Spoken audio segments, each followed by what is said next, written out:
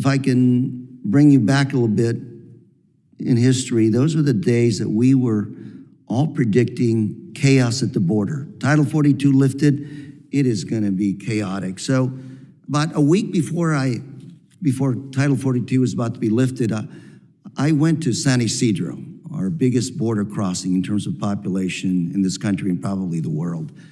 Myself and our border port chief there, we drove to Mexico, to Tijuana, to meet with the stakeholders in Mexico. They called for the meeting and said, we don't want chaos at the border. We met with federal, state, local businessmen and women in Mexico. Same message, we want order at the border. And it's obvious because there's a lot of commerce, a lot of lives, a lot of jobs, a lot at stake. And all of us were kind of hunkering down, getting ready for the worst scenario. And the next day, the next week, nothing really materialized. We just had Secretary Mayorkas speak to us in the Judiciary Committee, and in preparation for his committee hearing and his testimony, I delved in a little bit into what his policies were. His policies pissed off both sides of the aisle, I think. On one side, he put in, punitive measures. Title VIII, you break the law, walk in between ports of entry, you got the law to deal with. On the other side is he created pathways, using legal pathways existing now, which are essentially parole, to give the opportunity for individuals to come into the U.S. Carrot and the stick. And the other thing he did is he worked with our allies around the world, Latin America, to address this issue. I have a little chart here, the other one if I can, that shows the burden of refugees around the world and where it's distributed. Surprisingly, Colombia's got right now home to about 3 million Venezuelan refugees. Mexico doesn't appear, does it, down here, but it says 500,000. I think it's way over that. What I'm trying to say, ladies and gentlemen, is today, the challenge of refugees, immigration, economic growth, fentanyl, the tragedies at the border are an even bigger challenge that are going to ask us as policymakers to step up and come up with some good public policy. China, okay, post-COVID-19, the world is an economic recession. Even China, okay, is sputtering. 20% unemployment rate with the young people. So imagine you're going to continue to see people coming across the border that are young people of working age going through your area. So the challenge is for us as policymakers to figure this whole thing out. We have 12 million undocumented workers in the United States today. 10 million jobs that are going wanting. Employers need workers. In my district, a few weeks ago, I went to visit a manufacturer who was now manufacturing more than ever because of some jobs they brought back from China, some electric connectors that they were building. And he said, Lou, I need more workers, but I can't.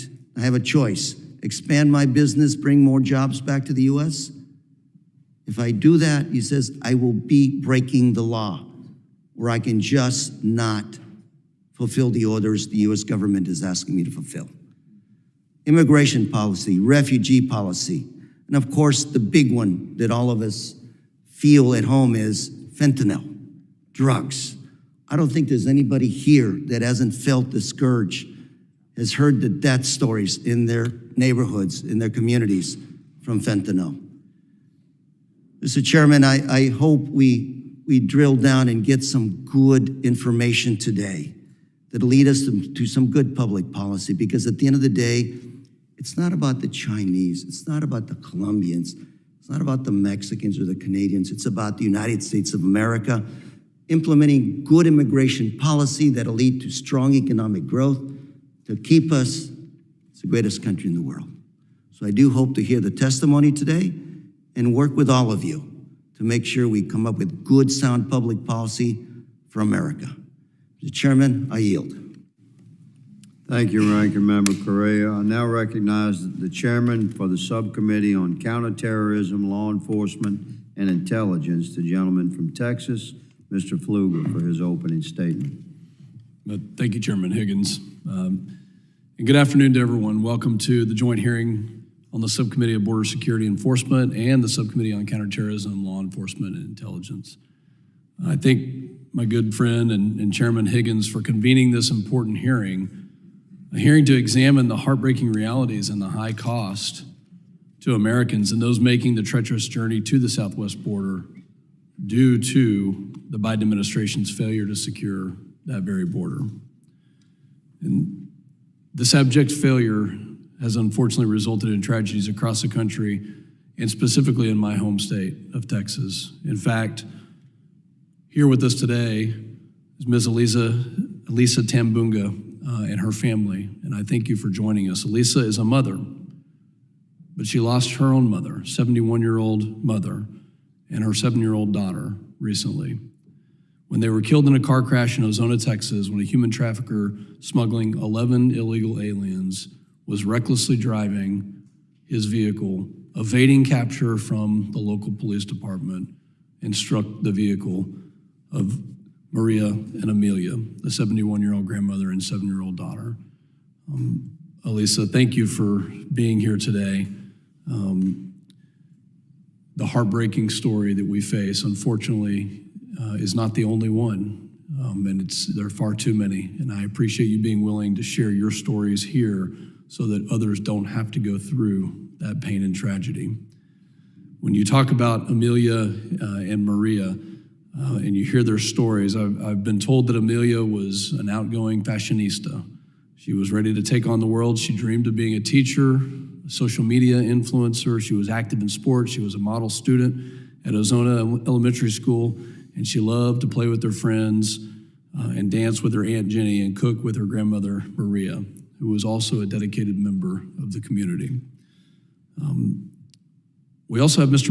Ramirez, who's a 9th-generation Texan here with us, a rancher from South Texas, who's in the 5th generation of the operations in the ranching business. And Mr. Ramirez, thank you for being here to share the stories about how this tragedy, this crisis, the chaos is impacting our agriculture business, the very business that feeds our nation. And we look forward to hearing your stories and your perspective. But this crisis has also resulted in the suffering and the death of so many migrants who make this journey to the border. Earlier this month, I led a bipartisan delegation to South America, to several countries in Central and South America, and that provided a firsthand look into some of the issues that are being faced there that are also facing us here. During this visit, we were able to meet with national security and law enforcement leaders in Brazil, Colombia, and Panama to not only discuss the rising threat of the Chinese Communist Party's influence in the region, but to investigate the evolving and sophisticated threat of transnational criminal organizations and the migration crisis that these countries are also experiencing as a result of a massive pull factor from the Biden administration and Secretary Mayorkas' failed immigration policies. Notably, we were able to visit the Darien region of Panama, where we toured a migrant village known as Baja Chiquito that migrants encountered in Panama after a grueling 7, 8, 9, 10-day journey through a very dangerous jungle known as the Darien region. There, approximately 1,500 to 2,000 migrants are encountered daily. They are coming out of the jungle in this treacherous journey. I'd like to put this in context. The Panamanian National Migration Service has reported that in the first 6 months of this year, 200,000 migrants have made that journey through the Darien region. From 2015 to 2021, in a 6-year period, there were only 97,000 total people that went through there. So what has changed? When I talk to these people, Sri Lankans, Africans from Nigeria, many people from Venezuela, as my colleague just mentioned, they all had one thing in common. They're headed to the United States because they know that it's open.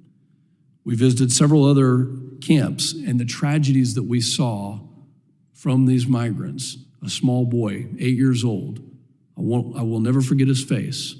The cuts, the bruises, the scrapes, the damage to his legs from going through that jungle area, and then to think about the psychological damages. This child went through a very, very difficult journey. He could hardly walk on his own, not to mention the assaults that are happening to the young women, and the harrowing stories that each one of these people has to tell. We were briefed as well by Panamanian officials on Panama's operations in the Darien region, to include Panama's National Border Services SENAFRONT about their work to register migrants using what's known as BITMAP, the Biometric Identification Transnational Border Migration Alert Program. And we learned that Panama leads the BITMAP program in enrollments and identifications of known and suspected terrorists, recently surpassing 100,000 BITMAP checks and identifications of those 100,000 of over 100 known or suspected terror matches and a dozen Interpol criminal matches as well. This is extremely concerning, as it is a significant increase, as I mentioned earlier, from prior years.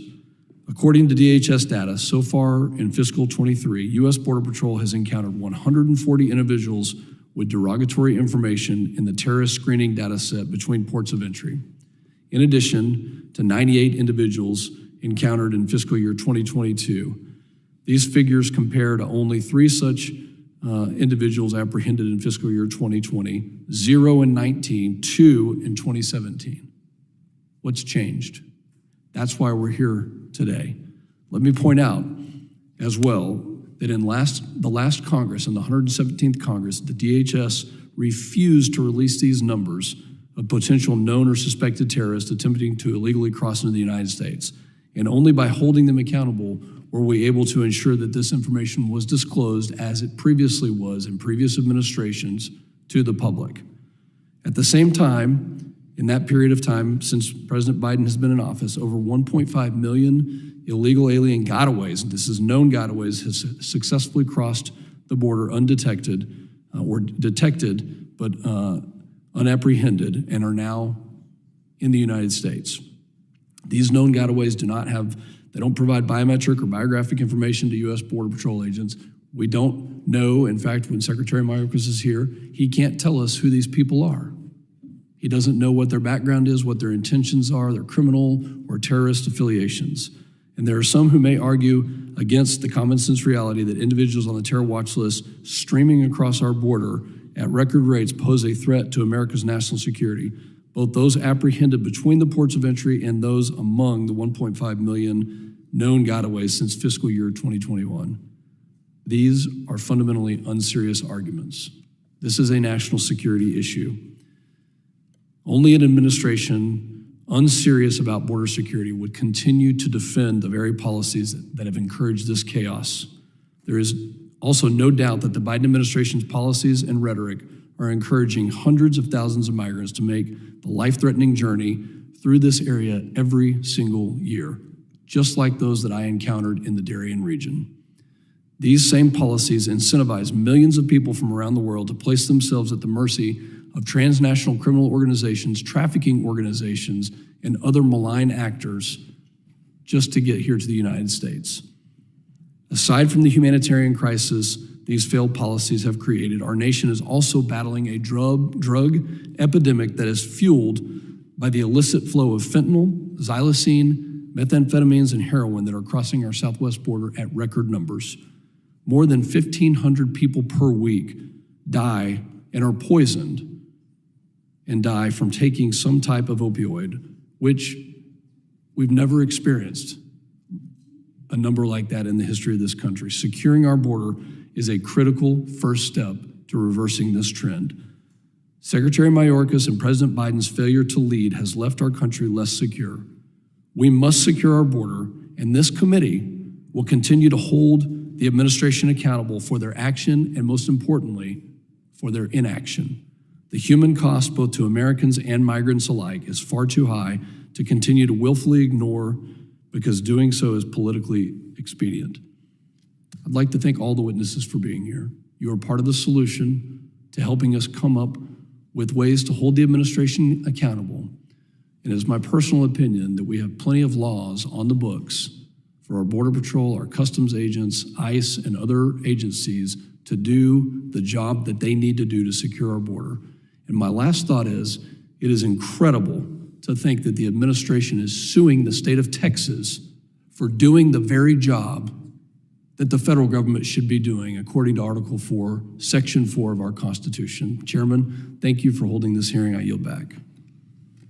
Thank you, Chairman Pfluger. I now recognize the ranking member for the Subcommittee on Counterterrorism, Law Enforcement, and Intelligence, the gentleman from Rhode Island, Mr. Magaziner, for his opening statement. Thank you, Chairman.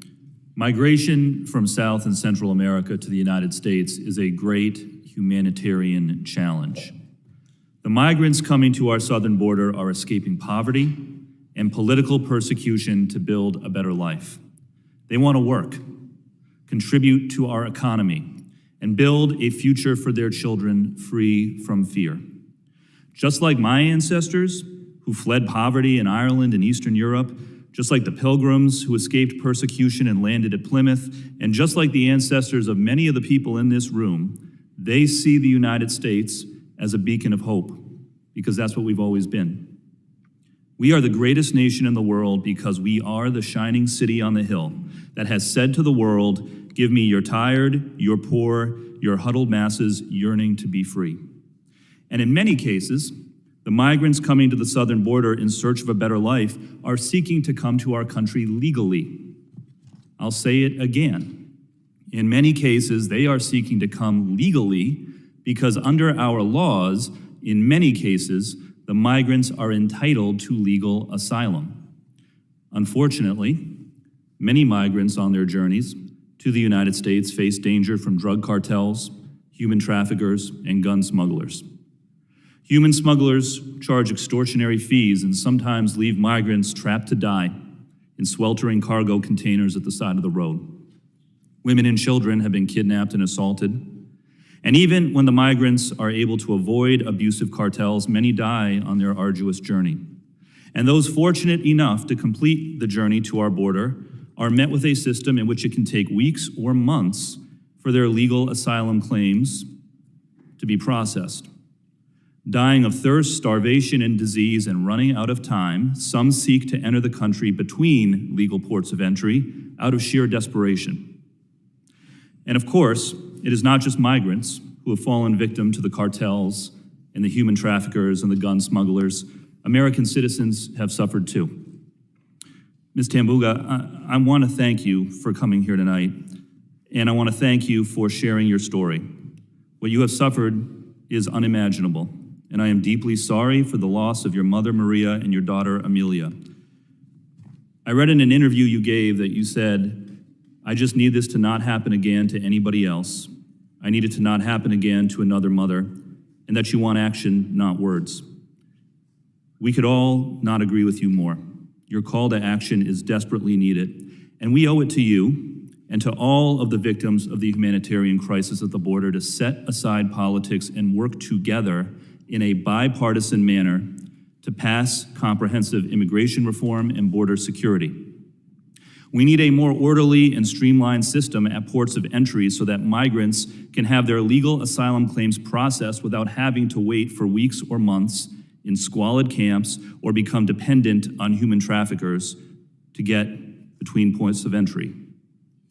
In my conversation with Border Patrol leadership, they were clear that they support a more streamlined system for migrants to seek legal asylum at ports of entry so that Border Patrol agents can be freed up to focus their efforts on the bad actors smuggling guns and drugs between ports of entry. And I want to make sure that their words are heard in this committee. What Border Patrol is saying, and we should listen to them, is that we need a better, more streamlined system for migrants to be processed at legal ports of entry so that Border Patrol's resources and bandwidth can be freed up between ports of entry to focus on the bad guys. We need to build on the work of the last Congress to increase staffing at the border, both at and in between ports of entry, and to improve technology to detect illegal crossings and contraband. The Biden administration has begun this work. New technology and enhanced staffing authorized in the 117th Congress is being deployed across the border as we speak. Illegal crossings are down significantly since the expiration of the Trump administration's Title 42 policy. The CBP One app is succeeding in creating a more orderly system at ports of entry and in turn reducing crossings between ports of entry.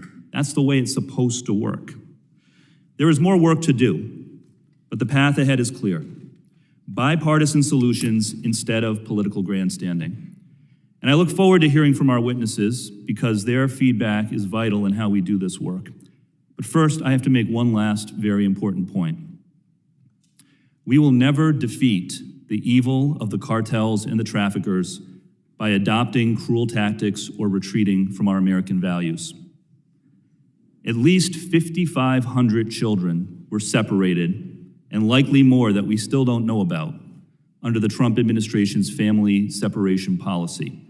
5,500 children that we know about. Of those 5,500 children, more than 500 were under 5 years of age when they were forcibly separated from their parents. As a new parent myself, this is unconscionable, and it should outrage everyone here. Today, years later, there are still hundreds of children who have not been reunited with their parents. One woman named Jessica, fleeing El Salvador and seeking legal asylum in America after MS-13 beat her and threatened to kill her and her children, arrived in the United States in 2018, only to have the Trump administration take away her 4- and 10-year-old sons. Their story is part of the human cost of the humanitarian crisis at the border.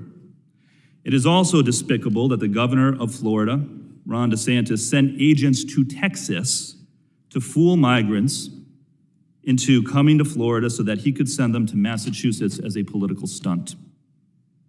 This article details the story of 22-year-old Eduardo, his wife, and their 7-year-old daughter, who endured abduction and beatings by a Mexican cartel as they journeyed from Peru to the US-Mexico border in search of a better life.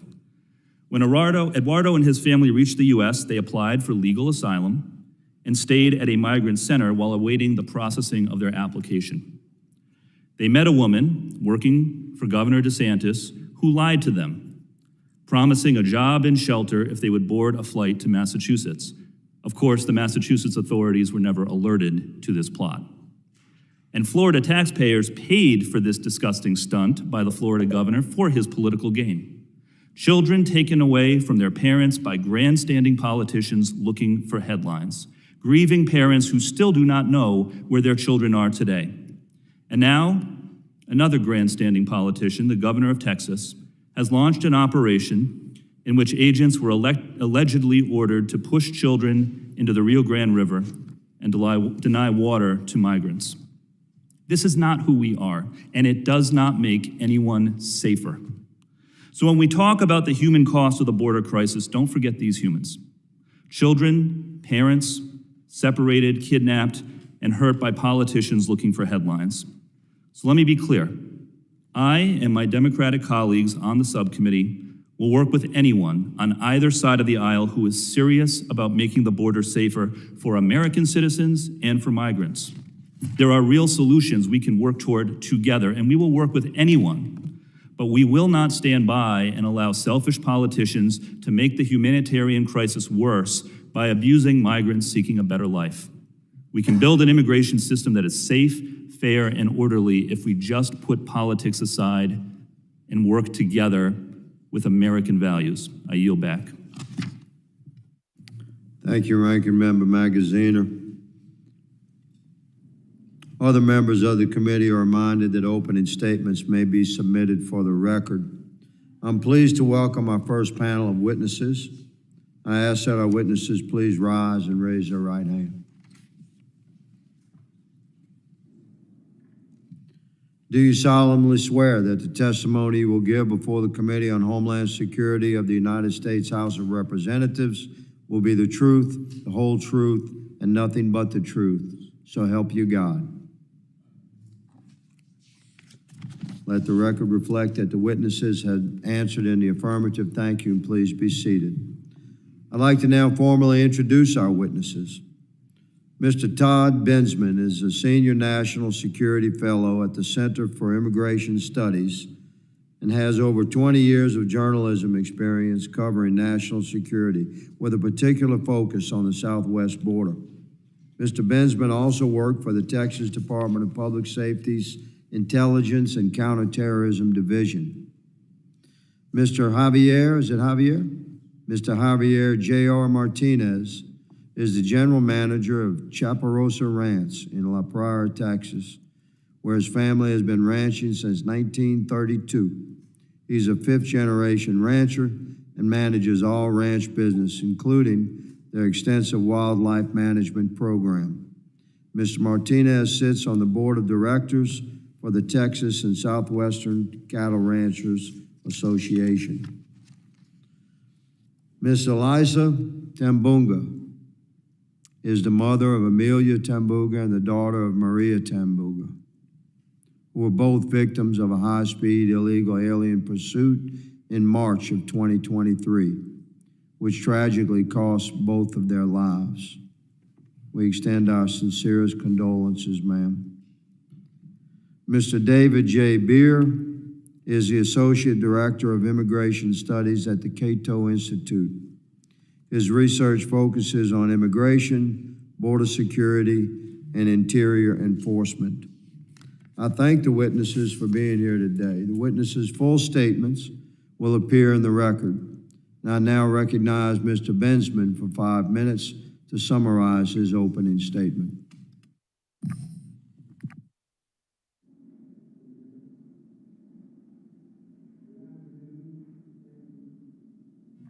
Okay, good afternoon. Thank you for inviting me here today to discuss the impacts from the worst mass migration crisis ever to have stricken the United States at the southern border.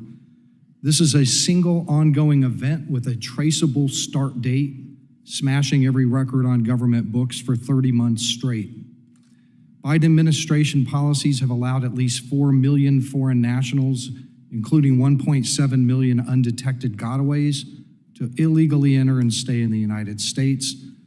Those millions of needy, uninsured, illegal immigrants are having transformative impacts on American civil society in several ways that we'll hear about soon. But one impact that millions of Americans can feel right away is rarely addressed, and I want to address that here. That is that Biden's border crisis, what Biden's border crisis is doing to America's public school districts.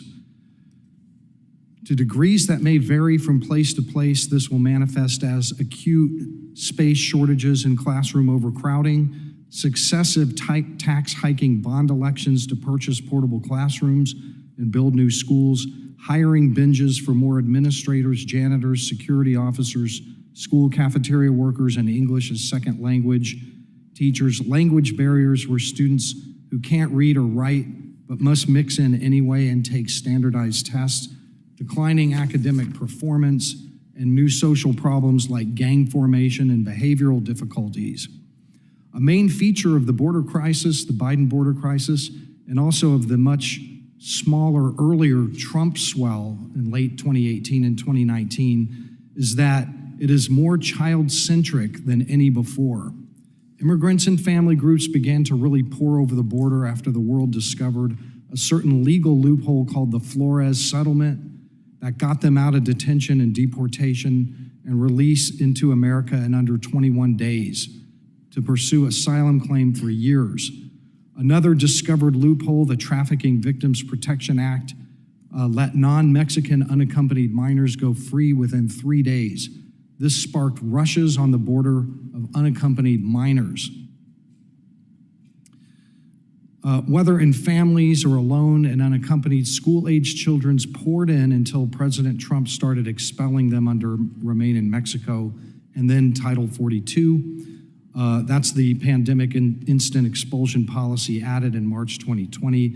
But then the Biden administration reopened the spigot by creating exemptions in Title 42 for most families, all unaccompanied minors, and many pregnant and postpartum women. That set the rush off again into our country of children. The public is never told how many school-aged children got through these policy openings, but I estimate that it is probably as high or higher than 1.2 million. No one really knows, but it's not going away anytime soon. What we know is that school districts across America had to enroll them under a 1982 Supreme Court ruling regardless of immigration status, numbers, costs, or hardships. So to find out what that might look like, last year I conducted field research on the Cleveland Independent School District, 40 miles northeast of Houston in Liberty County. From between 60,000 and 100,000 mostly immigrant families from earlier border surges settled there in an unincorporated community called Colony Ridge and sent their kids to CISD. Everyone I talked to, including the school superintendent, told me most are illegally present. Here's CISD's story in a nutshell. Enrollments tripled from 3,693 K through 12 students and 4 main schools in 2012 to more than 12,000 in 2022. CISD is now 12 schools and 60 portable classrooms. Plans call for $1.2 billion, that's with the B, expansion, to 20 more schools over the next decade to accommodate a projected student body of 20,000. A decade ago, CISD was 40% Hispanic, now it's 90%. Here's some findings. The district has repeatedly asked voters to approve massive tax spiking bond elections. $85 million in 2017, $198 million in 2019, $150 million in 2021, $115 million in 2022, and it just goes on, they can't stop. The district has suffered declines in academic performance due to language barriers. Those with limited English proficiency spiked from 20% in 2012 to 55% in 2022. English as a second language curricula now makes up more than half of all curricula. The entire teaching staff is required to attain state ESL certification or an equivalent. Many new students were teenagers who couldn't read or write. Nearly half of Cleveland High School's students and 60% of Cleveland Middle School students were at risk of dropping out. Gangs and drug trafficking are problems. This is just one school district, maybe an extreme case, but scattered media reporting suggests it's emblematic. Many are struggling to protect students who are already there from degraded instruction and parents from tremendous new tax burdens across America. I'm happy to answer any questions about this impact or others described in my longer testimony on file. Thank you for your time. Thank you, Mr. Bensman. I now recognize Mr. Martinez for 5 minutes to summarize his opening statement. Thank you, Chairman Higgins, Ranking Member Correa, Chairman Pfluger, Ranking Member Magaziner, and members of the subcommittees. On behalf of cattle raisers in the Southwest, thank you for inviting me to provide an update on the state of the border. My name is J.R. Ramirez. I live in La Prairie, Texas, where I manage 2 commercial cow-calf operations, each with extensive wildlife management programs. My family has been ranching in Zapata County since 1932 on Circle 17 Ranch, and I am part of the 5th generation involved in the operation. I am testifying today on behalf of the Texas and Southwestern Cattle Raisers Association. TSCRA was founded in 1877 and is one of the largest and oldest livestock associations in our nation. We represent 26,000 cattle raisers who believe in the future of the beef industry and seek to see it thrive.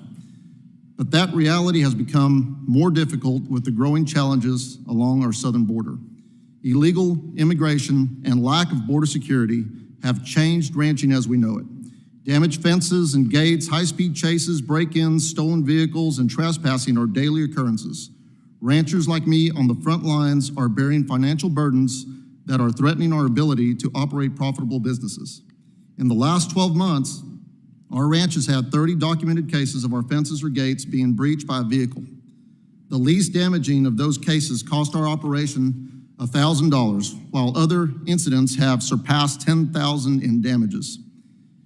A cut fence or open gate allows cattle to escape into other pastures or neighboring ranches. When that happens, additional hours of work are put in by our entire team to gather livestock, often requiring a helicopter to rectify the situation, a direct out-of-pocket cost to our ranch. These unexpected occurrences mean we may not be able to market cattle at the appropriate time or ensure that cattle breeding occurs at the right time. Our herd health can be at risk if neighboring cattle introduce disease that would otherwise not exist on our ranch. My stalking rate for livestock is limited when cattle graze sections of land that need rest as a result of cut fencing. These all take a direct hit to my potential profits on the operation. Plastic bottles, jugs, cans, backpacks, clothing, shoes, coats, and trash litter our property. I cannot clearly describe the amount of trash that now covers South Texas ranches. These materials will take hundreds of years to decompose and has led to cattle loss, as some items can be consumed and cause digestive failure in cattle. This is a long-term defacement of beautiful South Texas rangelands that will never be the same. Ranchers shoulder the burden of this financial loss. It doesn't stop there. Responsible and well-managed hunting leases are another way ranchers offset the formidable cost of ranching while also contributing to wildlife conservation within the state. High-dollar wildlife escape ranches when fences and gates are compromised. The danger along the border is so great, hunters and even landowners themselves may deem the risk on a property too high, forcing hunters to look elsewhere to hunt. When those sources of revenue are taken away, the chances of a profitable year greatly diminish. Finding employees is becoming more difficult as well because most do not want to live where their safety is at risk. Many employees who live on the ranch have their homes broken into frequently and never know when they may unexpectedly face a trespasser on the land and whether that trespasser is friendly or dangerous. My family and I cannot leave anything outside. We must hide our vehicle keys. We must look over our shoulders every minute while in our backyard or out in the pasture. My experience is unfortunately not unique. TSCRA conducted a border security survey of our members last year. The results show that the threats and challenges I face are the same ones faced by hundreds of my fellow ranchers across the state. As cattle raisers, we are doing our part to feed the world and raise the next generation of ranchers. We consistently deal with drought, inclement weather, increased input costs, and ever-fluctuating cattle prices. Those factors alone make ranching a costly endeavor and challenging livelihood. When you add in the cost resulting from the state of our border, it is almost impossible to make a profit. We cannot allow the situation to continue as it has. We must do better for our ranchers, our families, and all the citizens that are living through the crisis along the border. Thank you for the opportunity to tell my story. Thank you, Mr. Ramirez, and I apologize, I transcribed your name incorrectly on my notes, but I assure you, sir, as cowboy to cowboy, won't happen again. Thank you, sir. Yes, sir. We now recognize Ms. Tambunga for 5 minutes to summarize her opening statement. Hi, my name is Elisa Tambunga, and I'd like to thank you for allowing me the opportunity to be here today. I come to you as a young woman who no longer has a mother. I come to you as a mother who no longer has a child. I'm a United States citizen who has been horrifically failed by my own government. On March 13th, my mother, Maria Tambunga, and my 7-year-old daughter, Amelia Brooke, were murdered by a 7,000-pound vehicle-turned weapon by a man whose name is not even worth mentioning. This man was fleeing from police, going over 105 miles per hour. He was live streaming himself on Facebook. He had 11 illegal immigrants in that truck, 2 of which were killed. 4 lives taken in a matter of seconds, ultimately due to unsecured borders. I'm from a small town in West Texas named Ozona. My dad, Emilio, and my brother-in-law, Tim, who sit behind me today, and I traveled over 1,700 miles today to be here in front of you, to stress to you how big of a monster the border crisis has become. Instead of shopping for school supplies today, arguing with my little girl over crop tops or no crop tops for school, I'm here in front of you all to ask you to help me help American citizens feel safe again in our own backyards. I'm asking this administration to fulfill your duty to protect American citizens first. Mr. Pfluger, Mr. Gonzalez have been doing their part. Congressman Gonzalez and his staff have worked with us, the victims, to create the Emmy Koch Accountability Act. The Emmy Koch alert would notify citizens of high-speed chases. The night that my mother and my daughter were so violently taken from us, there was not one person in our community that knew. The first step to keeping citizens safe is to making sure they are informed, so that maybe, just maybe, this won't happen to another family. Incidents as tragic as ours that are caused due to the lack of secured borders are not a matter of if this will happen again. It is a matter of when this will happen again. So from myself, my father Emilio, my sister Jen, and my brother-in-law Tim, we are adamant that you all hold each other accountable. A reminder that you serve us, the people, and those who have died under this administration. Our lives will never be the same. My life will never be the same. I will never be able just to pick up the phone and call my mom when I need some advice. I will never be able to hold my daughter and sing her goodnight song. But I will be able to honor them until I take my last breath. I will be their voice. I will be the voice of the communities that need it the most. Yes, we are a small town, 3,500 in population, but just because we're in a rural part of Texas doesn't mean that you can forget about us.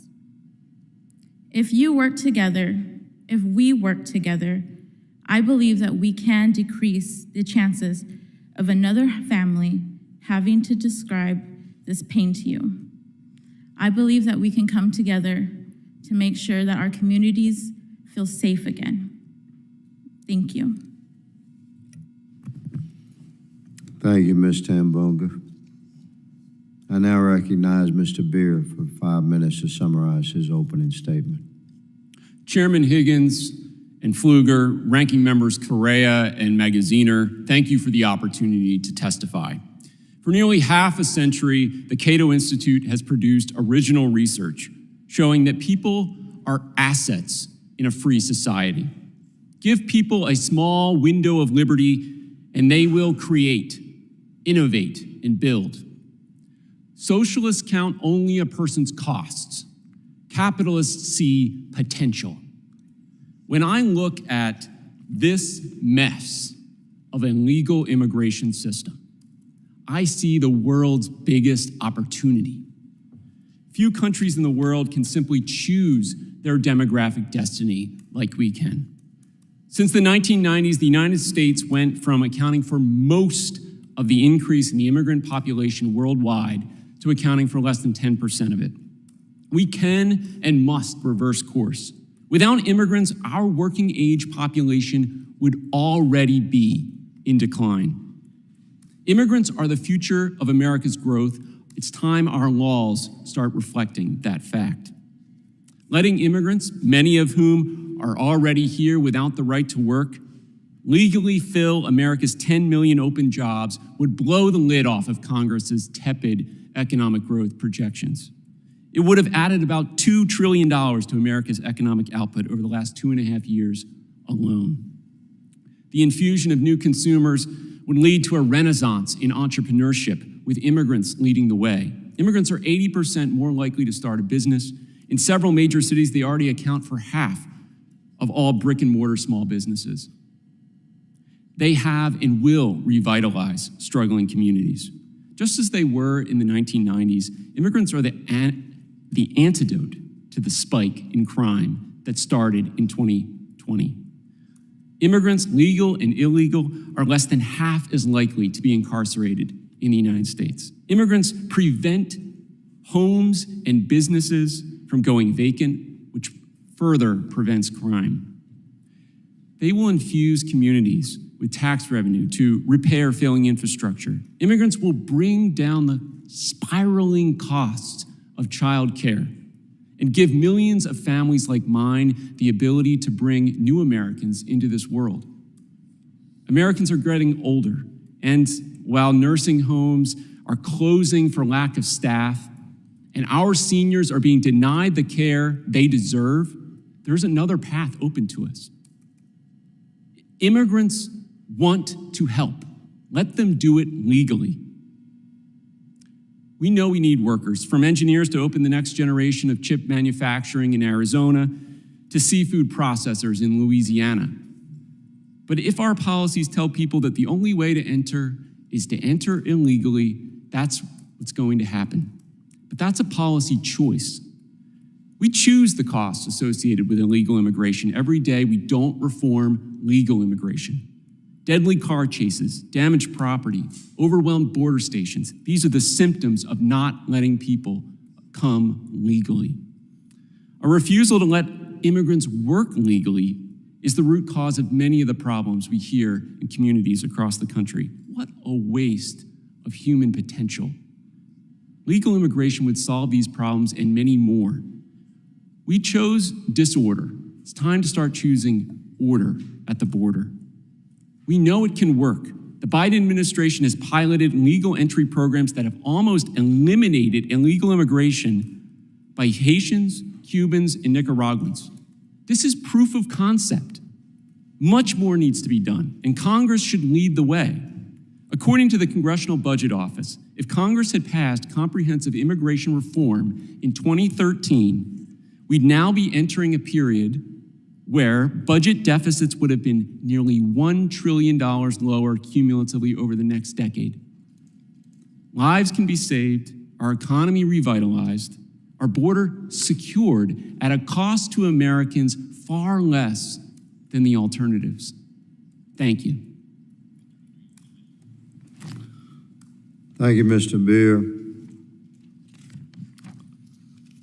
We're going to move into questioning. I'm going to recognize myself for questioning for 5 minutes. We have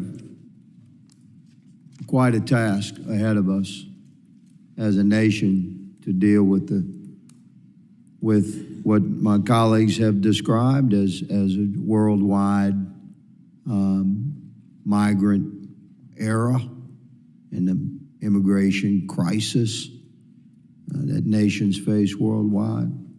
There's some truth to that statement, but America is a land of law and order, or else we're not. And this Congress is a body made up of 435 elected representatives of citizens of the United States of America. This is the legislative body of our government. We have a responsibility to serve and protect the citizens of America first. This is a simple acknowledgement of the foundational principles of our republic. It'd be difficult to find disagreement to that, the precept on either side of the aisle. And what we face on our southern border is a disintegration of law and order. Now, there's been argument that perhaps we can make the absence of law and order more orderly and conduct our business of allowing the violation of our sovereign laws in a more effective manner. But I would argue that I choose not to be a part of a better managed decline of our nation. And I'm going to ask Mr. Bensman to give us some insight there. But before I do, Mr. Bear, I'd like to ask you respectfully, sir, have you ever been to court for litigation, a traffic court, or anything like that? Probably at some point, I don't remember. I mean, have you ever had to go before a court for any reason? I'm sure I've had a ticket before, if that's what you're asking me. It's not a trap question. The point is, we've all experienced that. And we arrive in front of that judicial procedure according to a schedule determined by the judicial system. We don't barge into the courtroom and demand that our traffic case be heard first. We don't overpower the deputies guarding the door and demand that the judge hear our case. This is what's happening in our southern border. It's overwhelming our system, and the backlog for judicial procedures is incredible. Impact similar to what Mr. Bensman talked about with our schools. This is injuring America. Mr. Bensman, your background gives you a tremendous experience covering national security issues extensively, specifically regarding immigration. How would you count the number of illegal aliens that are currently in our country, both from prior administrations and for decades of presence here in our country? What would you put that number at?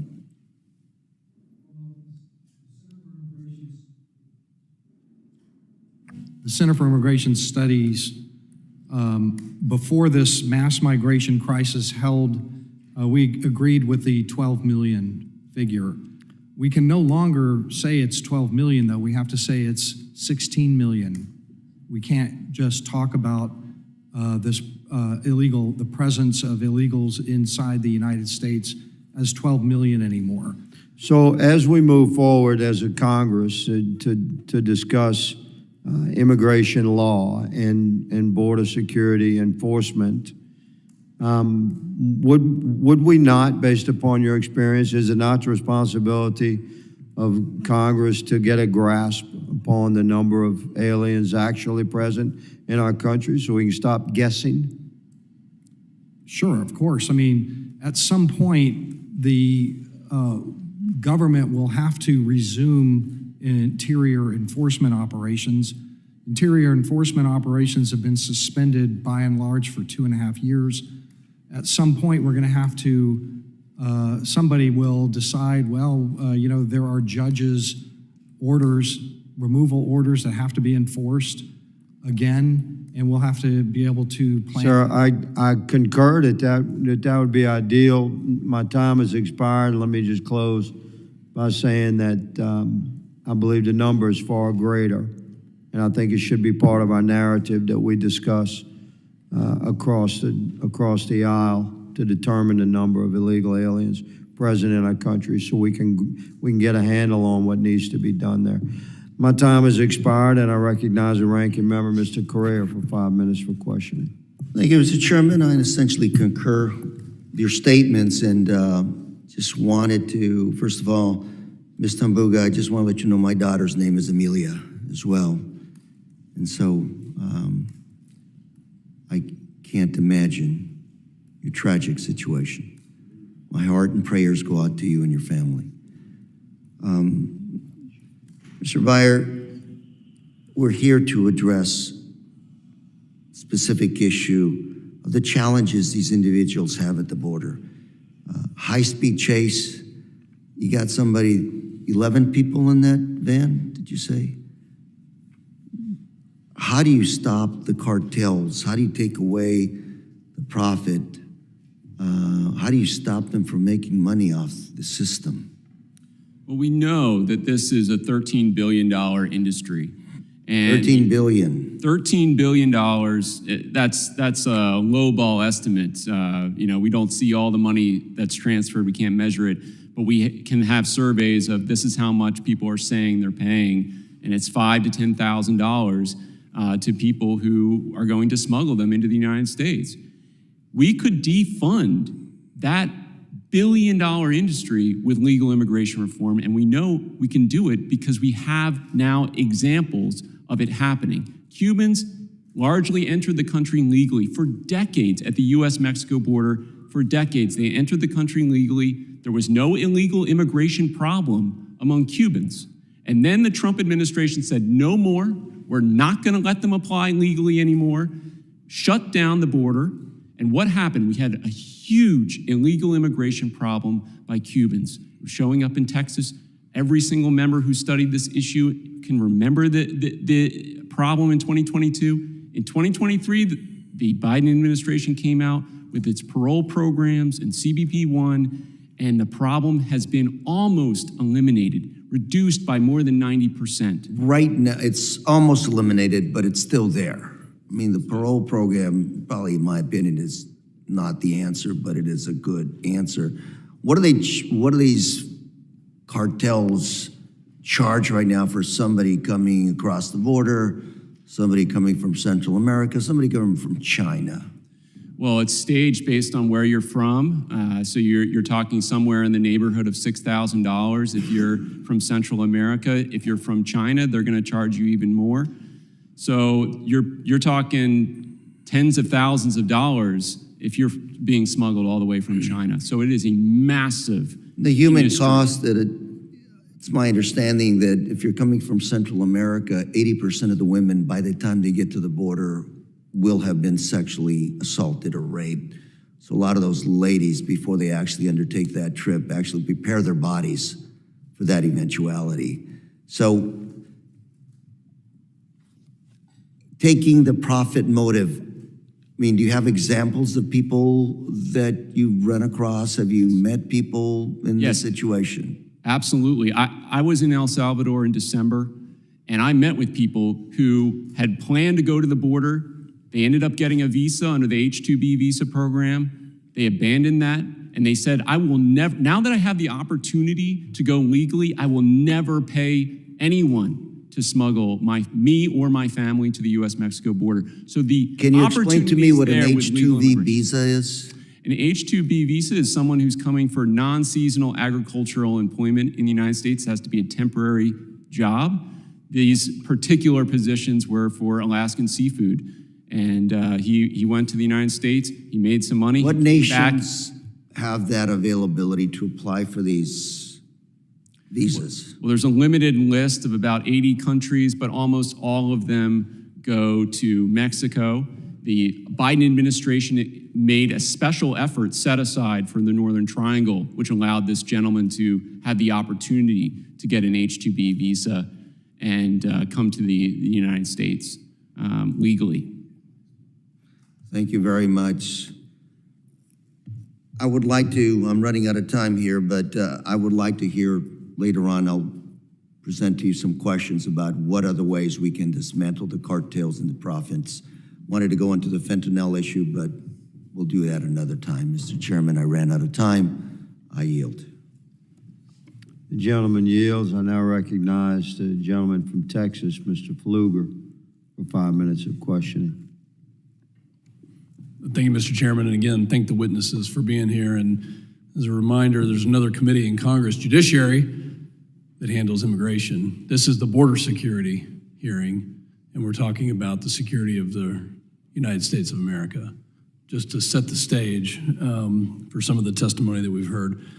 Mr. Ramirez, thank you for joining us. Thank you for being a member of Texas Southwestern Cattle Raisers Association, a very proud organization. You mentioned the survey, the border security survey that the TSCRA has done. Would you be willing to share that with the committee? Absolutely. If you find that valuable information, I could speak to our leadership and get it to you. I would, and Mr. Chairman, I'd like to enter that survey into the record. Without objection. Thank you.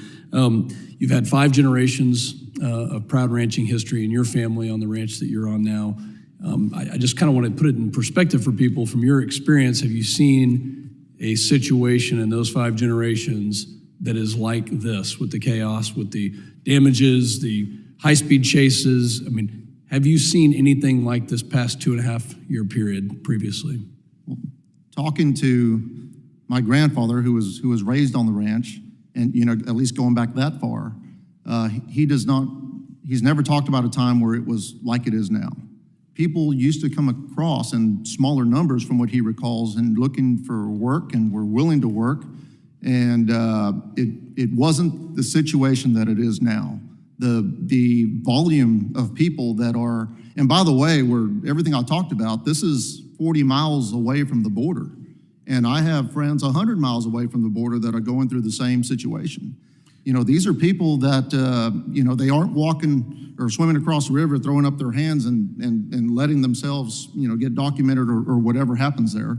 These are people that are trying to circumvent that process. What's causing it? I mean, from your experience there, talking to law enforcement, Border Patrol, what is causing this? Well, there's certainly a reason to go through the trouble of hiring a coyote to take them through. That's an expensive process from what I understand.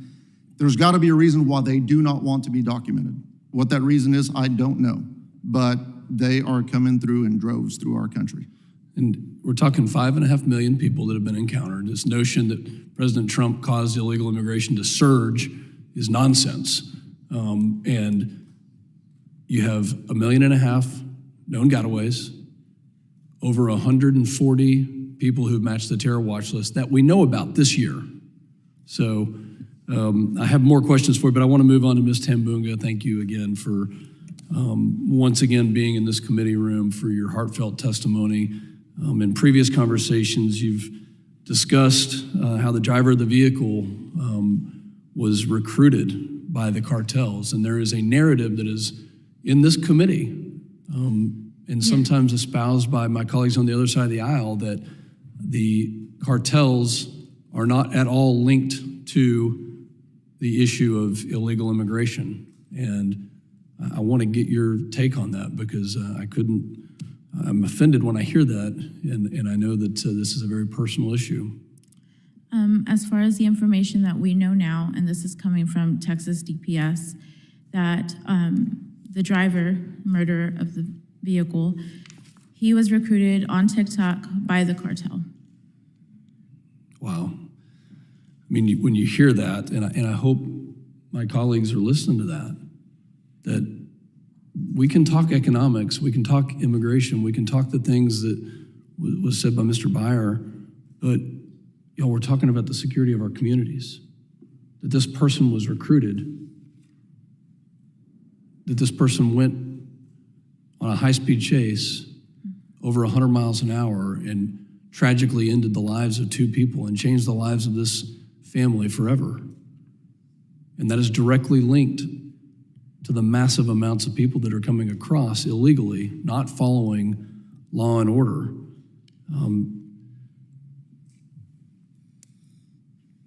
Mr. Ramirez said in his testimony that these high-speed chases are a daily occurrence. And Ms. Tambunga, Mr. Bensman, anything to add to that based on either the community of Ozona or Mr. Bensman, what you in your research have seen? Sure. I spend a lot of time on the border, on both sides of the border, talking to people and with law enforcement. There are so many high-speed chases in the borderlands for so long that there are certain communities that, for example, have built protective retaining walls around their schools. One town in Bracketville actually has developed a siren system, kind of like like if a tornado is coming, except it's like, here comes a car chase.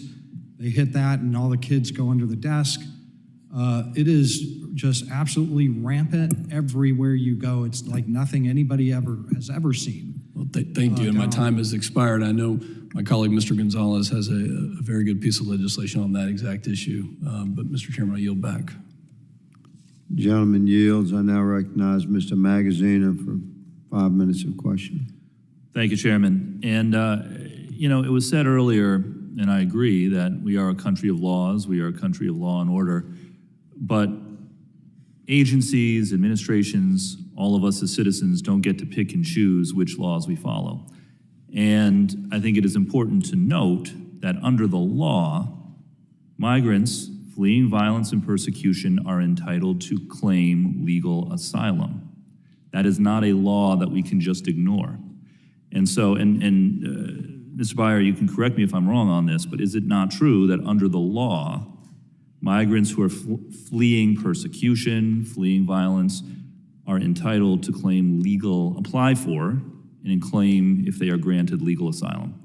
Absolutely. Section 208 of the Immigration and Nationality Act makes it perfectly clear that anyone who is arriving in the United States or in the United States may apply for asylum, and that is a right protected under our laws. And further, other sections of the INA require this administration and any administration to refer them for a credible fear interview and interview that person to see if they're eligible. So just to be clear, if an administration, this administration or any other, were to deny a migrant an interview to see if they qualify for legal asylum, that administration would be breaking the law, right? Absolutely, and in fact, multiple courts have found that this administration and the last administration broke the law in doing that. So let's turn the focus back onto the impact on American citizens from a failure to have a legal immigration system that is orderly and safe. Mr. Ramirez, I heard you talk, and I thank you for sharing your perspective, about the impact that migration and trafficking is having on your land and the land of your colleagues. Would it be easier for you if migrants were instead going to legal ports of entry to have their asylum claims processed than illegally going across your property or the property of your colleagues? I would agree with that. With what we're dealing with, if it was structured, then that would eliminate the problem. Yeah, absolutely. And I think that's an important point that really cannot be lost here. That if we straighten out the system for people to have their applications processed at legal ports of entry, it would save everyone, particularly American citizens, a lot of violence and heartache and hassle. It was said or suggested by my friend on the other side that that's not the purview of this committee, that belongs under the jurisdiction of another committee. Well, if that was the case, my colleagues on this committee would not have passed a bill through this committee that did things like restrict the use of the CBP-1 app, which allows people, it's just an app that allows people to schedule an appointment at a legal port of entry to have their asylum claim processed. So I would just point out again, in the interest of border security, making the border safer for migrants and for American citizens, we need to have part of the conversation be how we make the system for claiming legal asylum at legal ports of entry more streamlined and safer and more accessible so that we can save everybody between the ports of entry a lot of pain and violence and heartache. I also just want to make sure that we don't lose sight of another issue. You know, it was H.R. 2, when that bill passed through this committee a couple months ago, one of the provisions gave the Department of Homeland Security some guidance on things that they should prioritize in their strategic plan, which is a good thing to do, and I agreed with much of it, as I know my colleagues on the Democratic side did as well. But there was a glaring omission, which was no mention whatsoever of the fact that 500,000 illegal guns a year are being trafficked from the United States to Mexico, arming the cartels. So I'll open up to any of you. Do any of you feel that it should be a priority of DHS to reduce the flow of weapons to the cartels? Or do any of you disagree with that? Let me rephrase. Look, this is certainly a national security issue. The cartels are adversaries of the United States. There's no question about that. The fact that the United States citizens are participating in providing arms to this adversary is a legitimate function of government to intervene to prevent that from happening. And I see my time's about to expire, so I'll just note, as a country of laws and law and order, we have to follow all the laws, and that includes cracking down on those who are illegally smuggling weapons to our adversaries on the other side of the border. Thank you for exploring these bipartisan potential solutions, and I yield back. Gentleman yields. I now recognize the gentleman from Mississippi, Mr. Guest, for 5 minutes of questioning. Thank you, Mr. Chairman. Mr. Bensman, in your written testimony, you describe currently that we are experiencing the worst mass migration in American history. And you go on to set forth your background, what brought you to that conclusion. And then throughout your testimony, you talk about some of the impacts of that mass migration. And as a former prosecutor, I want to talk about one of those impacts that you begin speaking about on page 5 of your written testimony. You describe it as a great unnecessary crime wave. And you continue over onto page 6 where you set forth that most U.S. states do not keep track of crimes committed by illegal immigrants, and neither does the federal government. And then you opine that only Texas tracks much of the crime by non-U.S. citizens. And then you cite roughly a decade of statistics from the Texas Department of Public Safety. And those statistics are found on page 7, that between June 1st, 2011 and July 31st, 2022, that there were 259,000 illegal aliens charged with more than 433,000 criminal offenses. And those were just in the state of Texas.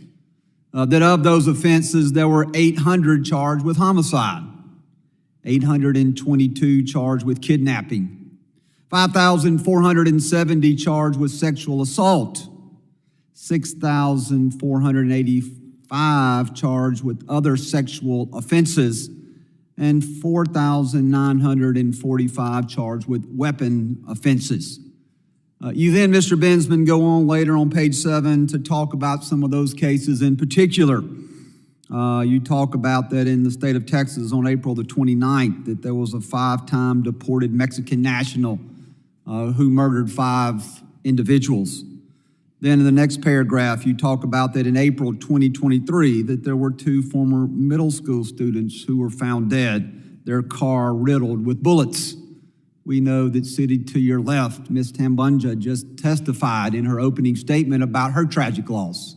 And thank you for being here. I want you to let you know that our heart goes out to you for the loss of your mother, the loss of your child, but what you're doing here today by calling attention to that is extremely important.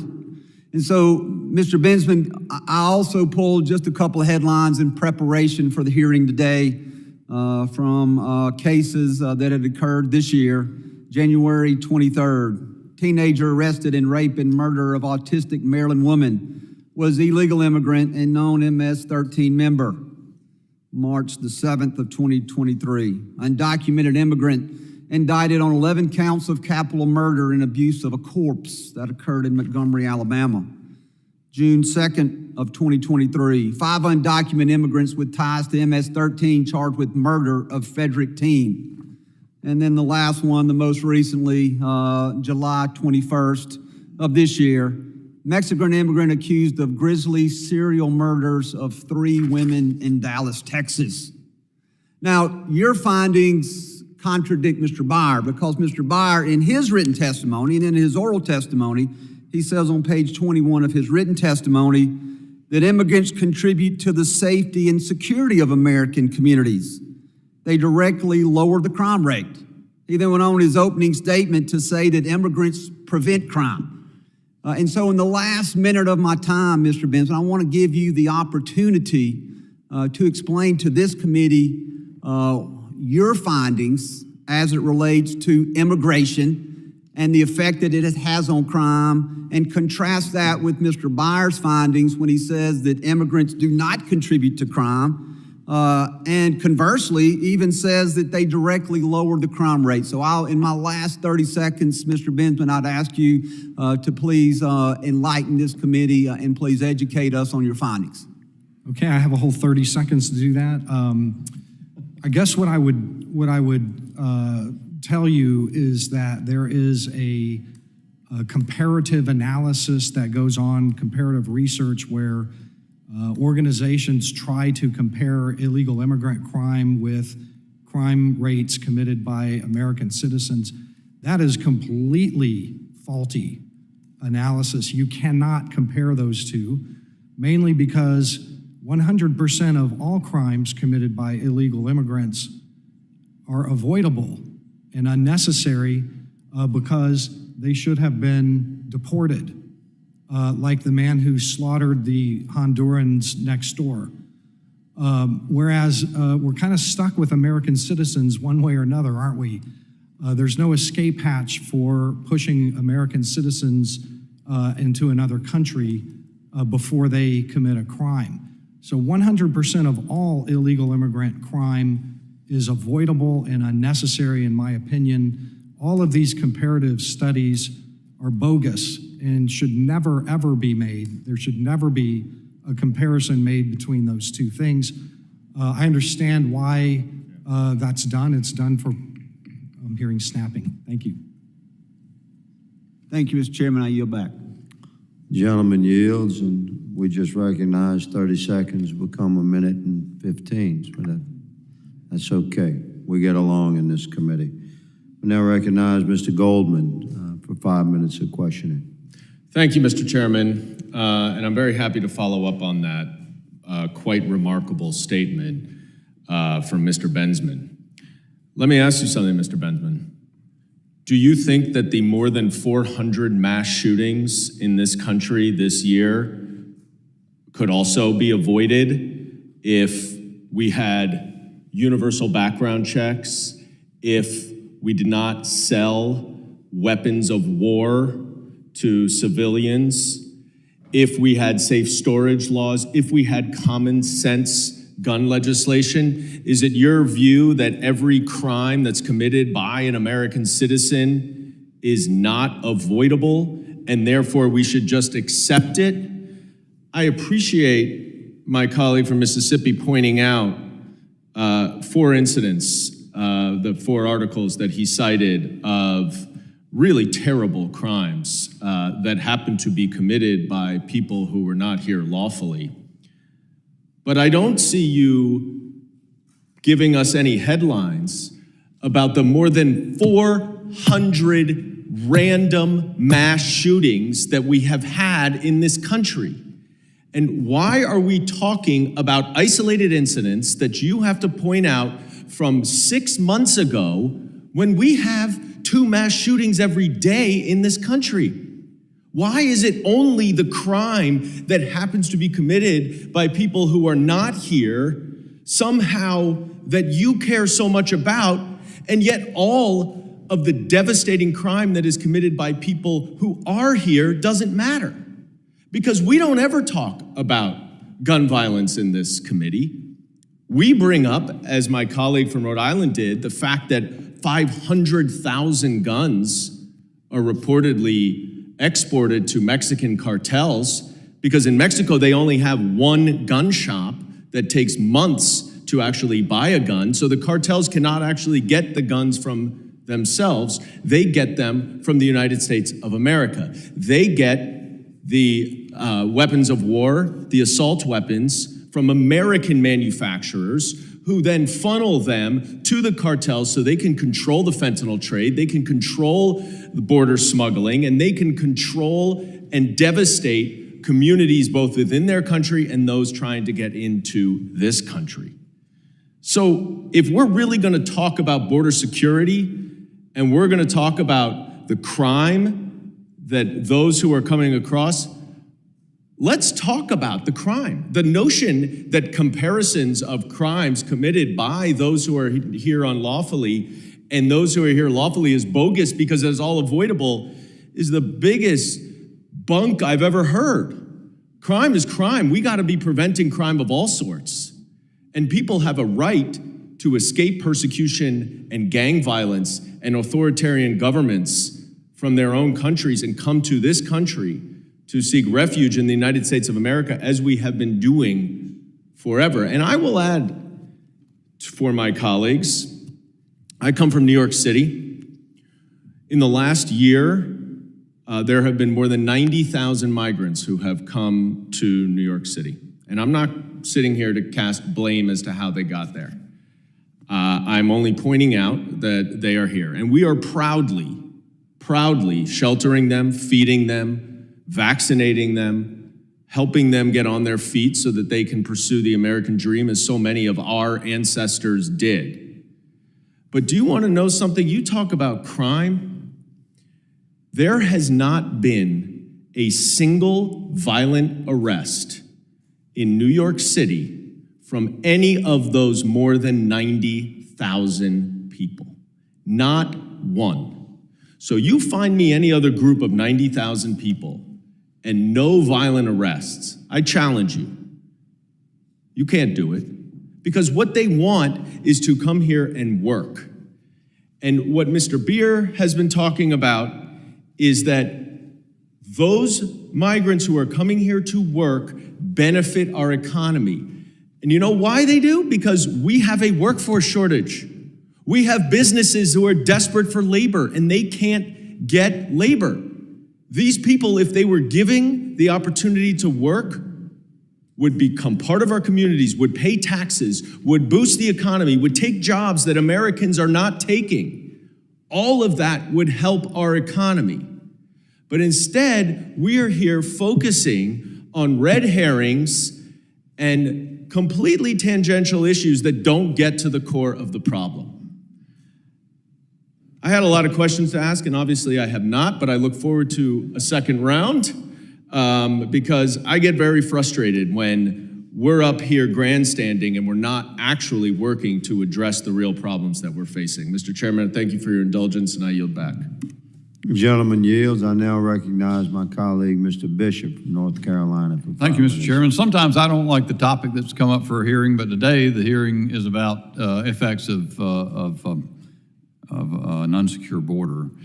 So let me, Mr. Bensman, well, let me start with you, Ms. Tambunga. I kind of want to ask each of you, Mr. Beer, is it Beer? I think it's Beer, not Beyer. I just want to get your name right. It's Beer, yes. Yeah. Encapsulated, and we had some interaction one other time when you testified. You were a Democrats witness one other hearing, and I think you've got a famous tweet from March of 2022 says, "My position is that the whole concept of legality in immigration law is a joke." I think that That's Mr. Bensman wildly out of context. Oh, you may read the rest of the tweet? Sure. But my point here is that your argument to Dems why Biden shouldn't try to do as many pro-immigrant things as possible makes no sense. There is no risk that this comes back to bite immigrants. That's the full tweet. I still think the lead sentence is an interesting one, and I'll come back to you if I've got time. But the theme seems to be, at least for purposes of Mr. Pfluger's point, that we're talking about border security here as opposed to immigration policy, and it's hard to separate them a little bit. But Mr. Bensman, you said a moment ago that some of the crime issues or the loss, for example, Ms. Tambunga has suffered, Mr. Ramirez, your ranchers, that it shouldn't be because you've got the situation where it could have been prevented. The person shouldn't have been here in the first place. Mr. Beer's thesis is you can't, that won't work. You can't stop it. You can't really stop illegals coming across. What do you say to that? Yes, you can stop illegals from coming across. We saw that happen with Title 42. We saw that happen with Remain in Mexico. Listen, I spend a lot of time south of the border interviewing thousands of immigrants. I have probably over the last 2 years interviewed thousands of them. And they are very rational, smart people. They make decisions about whether to journey and cross the border or not based on our policies. Yeah.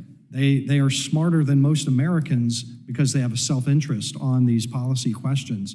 They're not coming because they're desperate. That's just a steady state wherever they are. Nobody wants to live in Haiti, but they're not going to come and actually spend the money on smuggling unless they know really to a high degree of probability that they're going to get in. Mr. Ramirez, how about that? Is it futile to stop illegal immigration?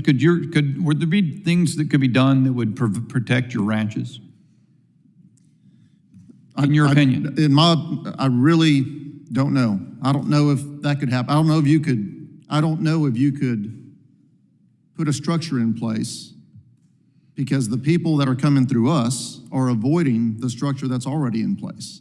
Mr. Johnson, who was here a week or so ago, we had another joint hearing. Mr. Higgins and I did in our subcommittees, and he was a rancher talking about a wall that was in progress. It was stopped right before it got to his property.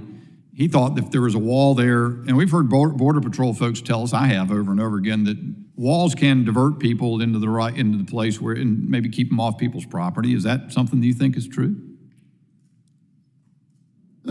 I cannot build a wall big enough around the property, be able to afford that, and it work. No, not you build it, but the United States government built it.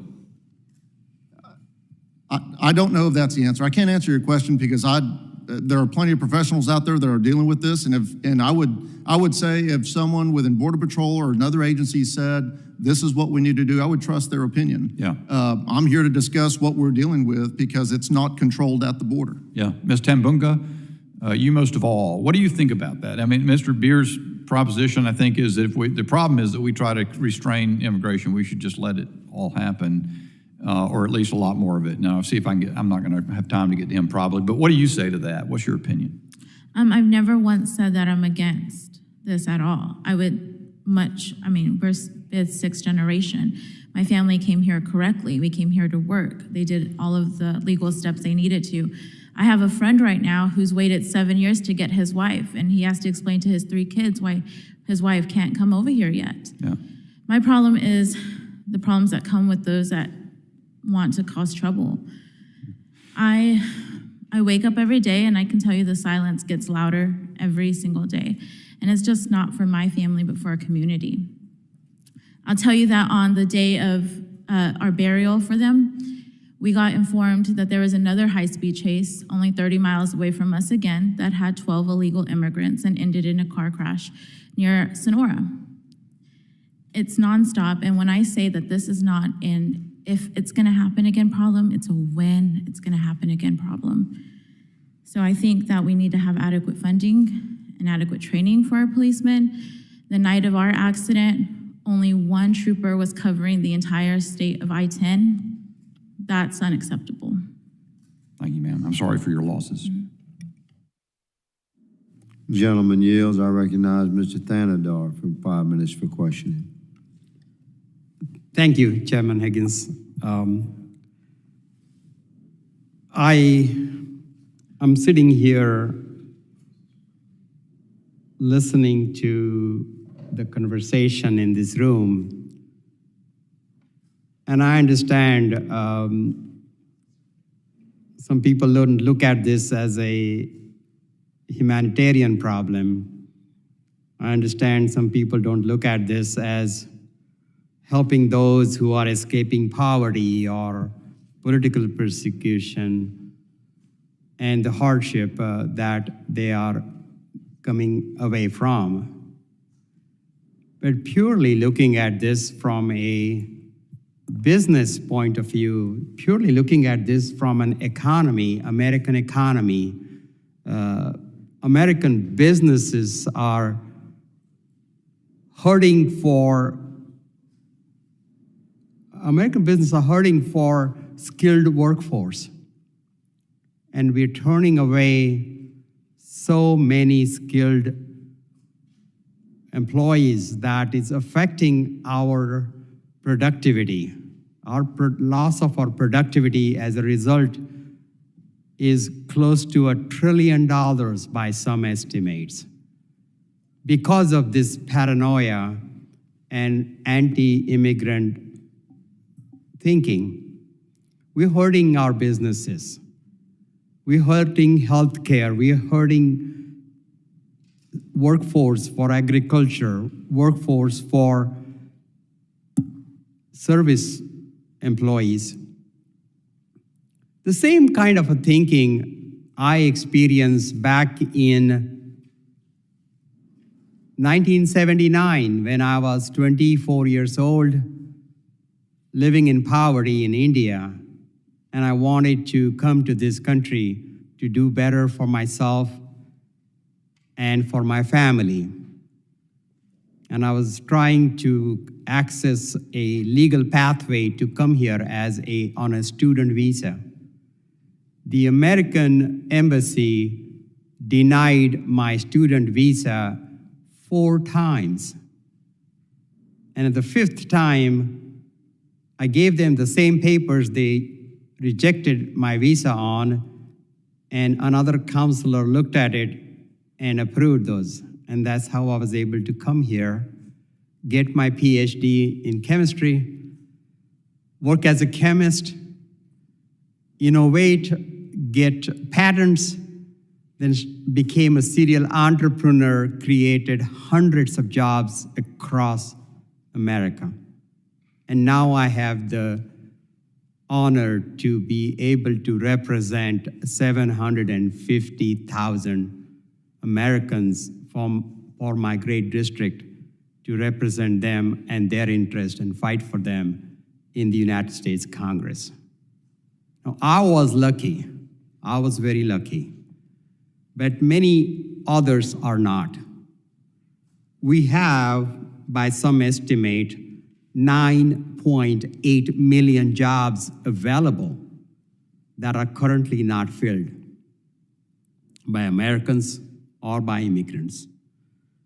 And we have lost over $1 trillion in productivity because of our broken immigration system and because of our unwillingness to fix the broken immigration system.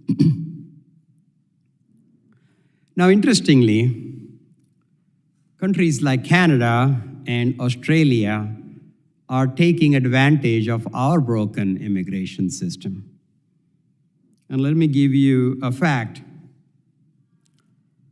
Canada established last July the first immigration program that hinges entirely on our system by offering 10,000 work permits to foreigners who are already in the United States on H-1B visas. These are highly skilled people. Many of them have bachelor's, master's, PhD's degrees, advanced engineering degrees that could make a huge difference to our productivity, huge difference to American innovation, will make a huge difference for us to compete with countries like China. Now, this demand that Canada is taking advantage of, their policy change, they were able to give, within 48 hours, all of these 10,000 work permits that Canada offers were taken up. America lost 10,000 talented individuals waiting for their green cards in the United States. These families frustrated with the long green card lines, long delays, in some cases 10, 15,000 delays. So this is really the real problem, my colleagues. We are closing our doors to talented and skilled individuals that want to give their talent to this country, just like I tried to prove that almost 40 years ago. 4 times I failed, but I persisted, and I'm here. Unfortunately, my time is up, so I will yield back, Mr. Chairman. Thank you. The gentleman yields. The gentleman from Texas, Mr. Gonzalez, is recognized for 5 minutes. Thank you, Mr. Chairman. Many people talk about the southern border. I represent it. There's 1,254 miles in Texas. I represent 2/3 of that. Mr. Ramirez, I've been on your ranch. I almost didn't recognize you without your hat. I swear you would sleep with that thing. Thank you for being here today. And we've seen it. We've had the discussion firsthand. Ms. Tambunga, you look wonderful. It's great to see you up here. Mr. Tambunga, you look wonderful as well. Thank you for coming up here and sharing your story. There is not one person in my district, and honestly, throughout Texas, that doesn't have a story in some form or fashion, that isn't connected in some form or fashion to a tragic situation.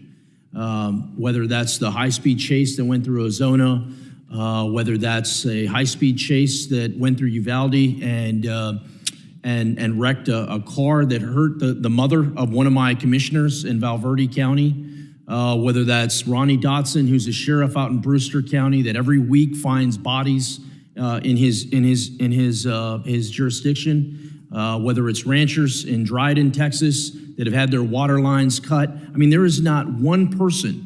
Whether it's the schools in Uvalde, thankfully we're in break right now, but that we're going into lockdown 3 times a week. And so I find it very frustrating to how do we get attention to this issue? It seems as if the federal government, to include Congress has an equal role and is equally responsible. The President of the United States and Congress have abandoned my district, have abandoned the 23rd District of Texas. How do we fix that? And to me, all roads go back to the President of the United States. No matter how I skin it, no matter how you look at it, it's the President of the United States that's going to have to enforce the laws that are on the books.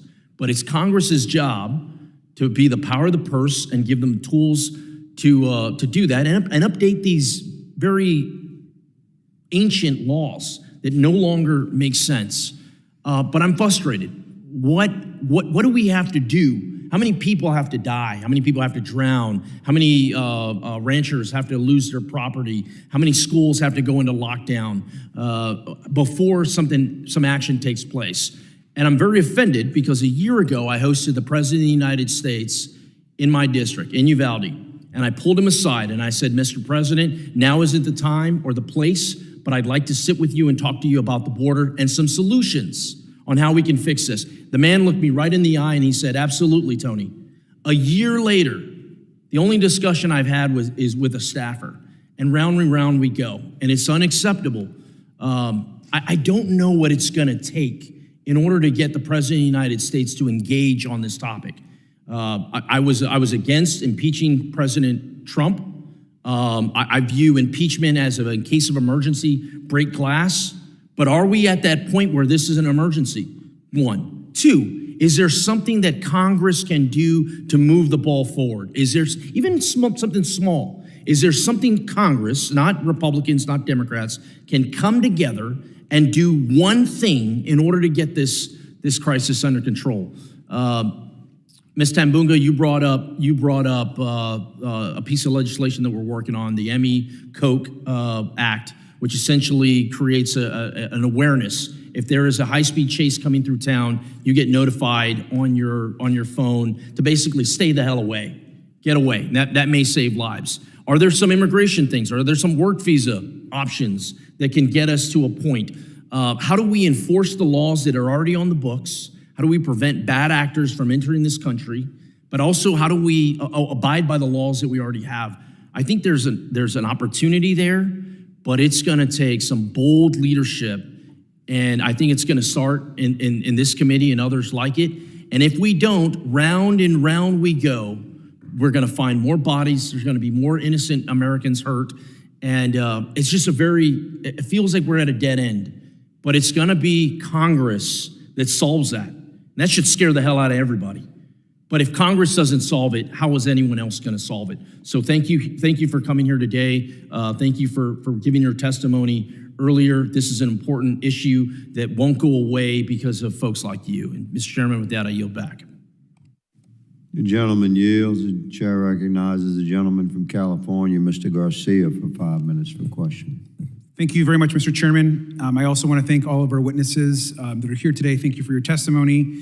And certainly anyone that's been impacted personally and their family or have had loss, I just want to send my condolences as well. I think it's always hard to hear these stories. But I want to just focus again that we're back to another hearing where the House majority continues to claim that the border is somehow wide open, a myth that we have disproved time and time again through testimony by frontline officials here in front of this committee. The border is not open, it never has been, and certainly there are challenges and investments that need to be made. But we're also, I believe the administration is trying their best, and we can see with the numbers, particularly over these last few months, that actually border crossings have dropped. Now, I also want to note that Democrats, like those in the majority, want a safe and secure border. We know we must crack down also on the smuggling of people, and ways to address this, of course, is also to look at asylum and legal pathways to enter the U.S. rather than relying on criminal traffickers. I'd also want to remind the people and the people that are watching, the American public, that every member of the Republican House majority, they actually voted to eliminate the Shelter and Services Program, which provides the most effective federal support for border communities. Border communities actually need more support, not less. And I think we are committed to increasing and improving federal support through these programs.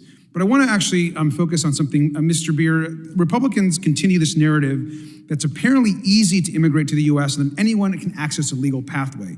So I want to turn to a chart which you actually submitted in your written testimony and how you actually describe how we can actually enter and actually go through the immigration process. Mr. Beer, this looks not simple and quite complex. Can you briefly explain to the committee what I'm actually looking at here? Right, so this is a flow chart. You start at the top. You have to first get vaccinated, go through all the baseline requirements to immigrate. You can't be a serious criminal. You have to go through the security checks. That's all very difficult. That's even before you get to the pathways that are available. The refugee program, we've got 100 million displaced people around the world. Absolutely. The United States took 25,000 of those. We have the family-based system. We have first the diversity lottery. That's 32 million applicants for 55,000 slots. Family-sponsored, we got 7 million people awaiting in a backlog and Mr. for Beard, U.S. citizens and legal absolutely, and I permanent think that this does not describe at all what my Republican colleagues describe as a system that is actually easy to navigate for folks coming into this country. Nor, I believe, and I would ask you, does this actually show a welcoming and humane immigration system at work? Absolutely not. Mr. Beard, do you think this is a process that's easy and straightforward to navigate? Because it certainly doesn't look that way to me. Oh, it's incredibly difficult. And are these current pathways, as we have them here up on this factually accurate description of how our immigration system works, do you think this is functioning properly?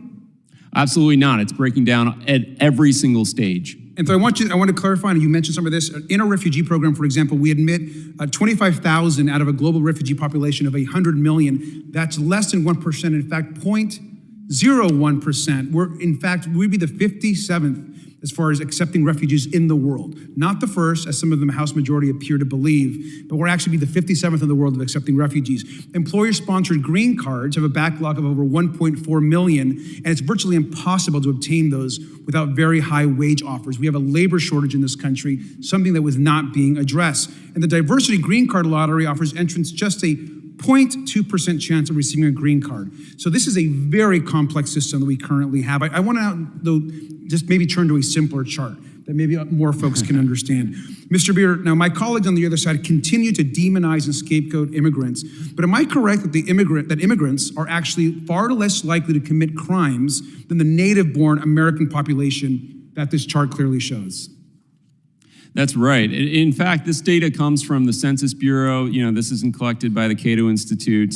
And it's backed up by a lot of other research besides just the measurement here, which is who's incarcerated in the United States. Thank you. And I want to just be clear, we have, of course, legal immigrants here. We have undocumented immigrants, illegal immigrants that's listed at least on this chart, and then native-born Americans, which clearly shows that actually the most crime that's committed in the United States is not from legal immigrants, it's not from undocumented immigrants, it's actually from native-born Americans. Now, Mr. Beard, I know that my colleagues continue to spread propaganda about chaos at the border.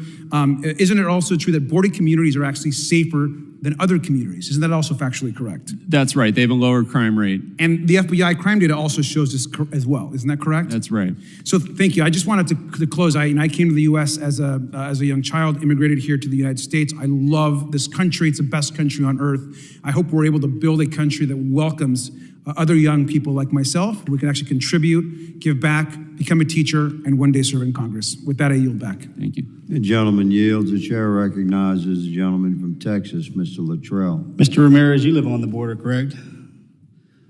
About 40 miles from the border, yes, sir. You said earlier in your statement that you and your family are in fear for your lives. You have to look over your shoulder when you're sitting in your We backyard. fear for the dangerous situation that we're in because there are many, many people present on the ranch at any given time, and we don't know if they're friendly or not. Can you shed a light on, I'll let you guys do the talking. Can you shed a light for me on what the towns themselves, the infrastructure, is that being scuttled because of the mass immigration, legal immigration that's coming across the border?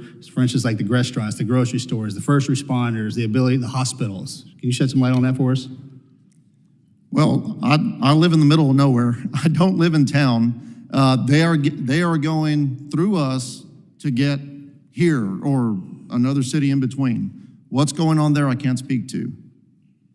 Mr. Benson, the statistics that you threw out in your statement, that's my district. And I share that district with Mr. Babin. And in the past 2 years, I just got done talking with my sheriff in San Jacinto County. In the past 2 years, there's been 2 mass shootings with the AR platforms that are in discussion, both of which were with illegal immigrants. That's it. In San Jacinto County, I would venture to say over 85% of the people have that type of weapon system in their home or in their truck. That lends itself to we raise our kids right. Can you elaborate, please, on what you saw in Liberty County as far as the school districts go, again, for me? I'm sorry, in which county? Liberty County. Yeah. Well, yes, I mean, it's overcrowded. It's struggling with an unanticipated onslaught of people moving in, foreign nationals who don't speak the language. They tell me many of them are not legally present. The community there has been described as the largest community of illegal immigrants in the United States. 75,000. Yes. Right in my district. I Yes. feel it. I feel the pressure. 10,000 children make up a school district. We went from 3,000 to 20,000. Yes. Sanderson, Polk, Liberty counties are some of the poorest, not only in the state, but in the country. It is unsustainable. We know that this is a problem, but the administration is doing nothing to course correct this issue. Ms. Tambuga, it's great to see you again. I'm sorry, this is our second time, and I hate that it's in this chamber. Mr. Beer, you said that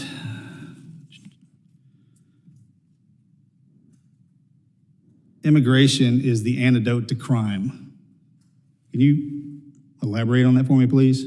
Well, it's the antidote to the recent rise in crime that started in 2020. We've seen that immigrant communities are less likely to commit crimes than immigrants that come through the process and they correctly? revitalize dying communities, which prevents crime. Immigrants that come through the ports of entry properly? Both. Both. Both. So what if immigration is the antidote to crime, what's illegal immigrants in our country? What are they? They're people without legal status in the United States. Given the numbers that we see in the crime rate, are you aware of the sex trafficking number in the United States and what that looks like with women and children? The number? Yeah, the number. You don't know that statistic? Not what I off understand, the top of my head, no. the number of men, women, and children being trafficked is more than any time in history. You aware of that? Right now, here in the United States. You aware of that? You think that's coming through a secure border? No, it's I not. wouldn't think so either. I want a secure border. I want it very secure. And I we want do too. people to come in In your legally. opinion, do I you want think the people to border's come in secure? legally. In your opinion, do you think the border's secure? Absolutely not. I want people to come in legally so we can free up Border Patrol to go after people who are serious criminals and threats. Glad to hear you say that, sir. Thank you. I yield back, sir. Gentleman yields. Ms. Ramirez is recognized for 5 minutes for questioning. Thank you, Chairman Higgins. As we conclude our last Border Subcommittee hearing before the August recess, it's been about 8 months.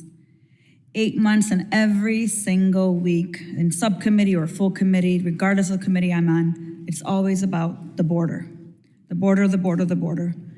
And it is beyond evident that the Republican majority has spent more time spreading dangerous misrepresentations of the reality at the border, which I agree is not secure. It's not secure for the immigrants who are trying to cross and risking their lives because their circumstances in their small towns, like Chiquimula or Concepcion Las Minas or wherever that is, it's so bad. They're willing to risk their lives. It's not secure for them, and it certainly isn't secure for all of us because we don't have a pathway. There isn't a pathway. I mean, you just saw Congressman Garcia just show us the process, and I'm sure you got a headache. I got a headache because I have a lot of family who's tried to navigate that process and have been denied. This here, I'm gonna be honest, as a Latina here, as a daughter of immigrants, as the only one whose mother crossed the border pregnant with her, feels unsafe for me. It feels like dehumanizing and criminalizing of Black and brown asylum seekers at the southern border. As a committee and as a Congress, the actual work for us should be, we want a legal pathway to immigration, so let's work on it in bipartisanship. And when you want to do that, I am happy to work with you to do that. Because I don't think anyone wants to be sex trafficked. I don't think anyone wants to die in the Rio Grande. And I certainly know that no one wants to die from dehydration as they're trying to cross Texas, Arizona, or California. Mr. Bensman, You told Fox News, Laura Ingraham, that the United States should not provide asylum to Ukrainians fleeing Russia's brutal war because, quote, they're doing great for a group of war refugees. You alleged in New York Post that Venezuelan migrants seeking asylum in the United States are engaging in, quote, a massive fraud against the United States because, among other things, they, and I quote, head for border crossings wearing the latest fashions, often sporting name brand labels. You have even gone as far as to describe asylum, which has helped some of the most persecuted and vulnerable humans find shelter in American democracy, as a failed system. Mr. Bensman, can you enlighten us on who, if not Ukrainians escaping a war of aggression, if not Venezuelans and Syrians escaping murderous dictators, if not Haitians escaping mass violence, who do you think should be allowed to seek asylum in the United States? Regarding the Ukrainians, No, I'm asking you, who do you think should be allowed to seek asylum in the United States? let me just respond to that first, because the Ukrainians had standing offers from 27 of the best countries in the world to live for 3 years, every EU country. They did not need to be coming to our southern border. My point was that our southern border was in such terrible disarray. Sorry, I'm reclaiming my time. I need to make sure that I clarify my question. What I want to know, who do you believe, what country, what group of people, what do they look like? Who are the people that you believe should be able to seek asylum in the United States? That's what I want to know. Well, I think a lot of people do seek asylum in the United States when they fly in, when they have visas, when they... I'm going to reclaim my time. Thank you. I'm going to reclaim my time. You're not telling me who. So I want you to look at this image here. I want you to all look at it. Politically... These are, excuse me, sir, I reclaim my time. Thank you. So these are 56 people who just became citizens in my district about 2 months ago. Look at their face. Look at their pride. Some of them, it took them 35 years to finally become a U.S. citizen. Many of them, 90% of them, had to enter this country undocumented because they had no choice. And yet they spend 35 years working towards immigration reform for them because their child turned 18 or because a family member sponsored them. They are proud Americans. They are not rapists.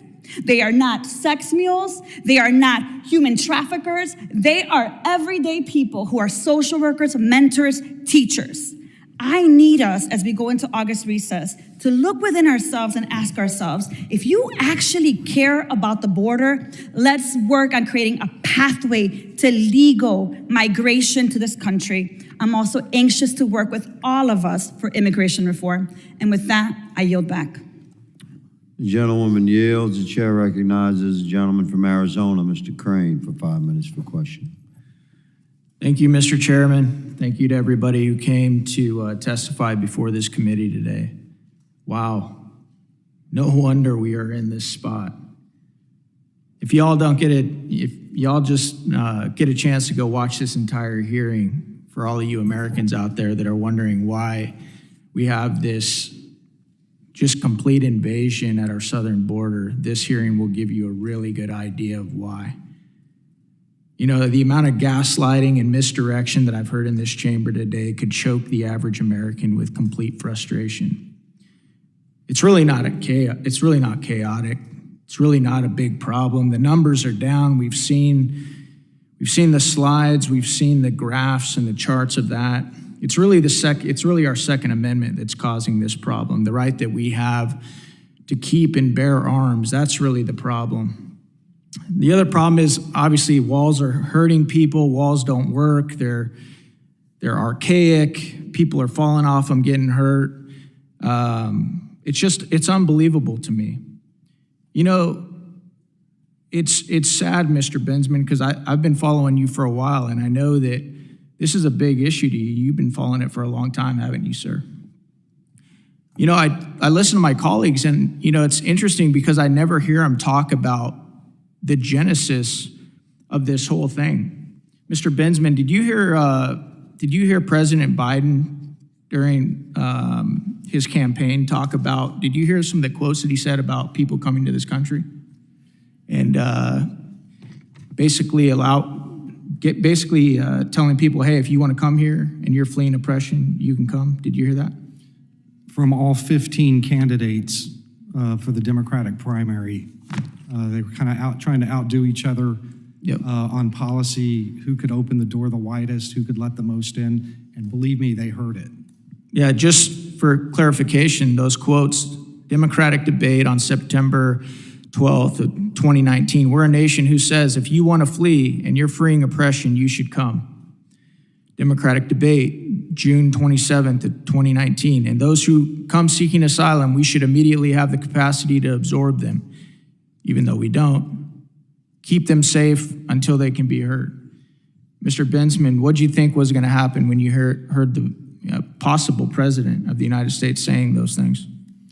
Well, I was in southern Mexico during some of those debates, and I interviewed, very surprised to find many immigrants heading to the northern border, which was closed under Trump policies, to wait for the day a Democrat won and Trump lost.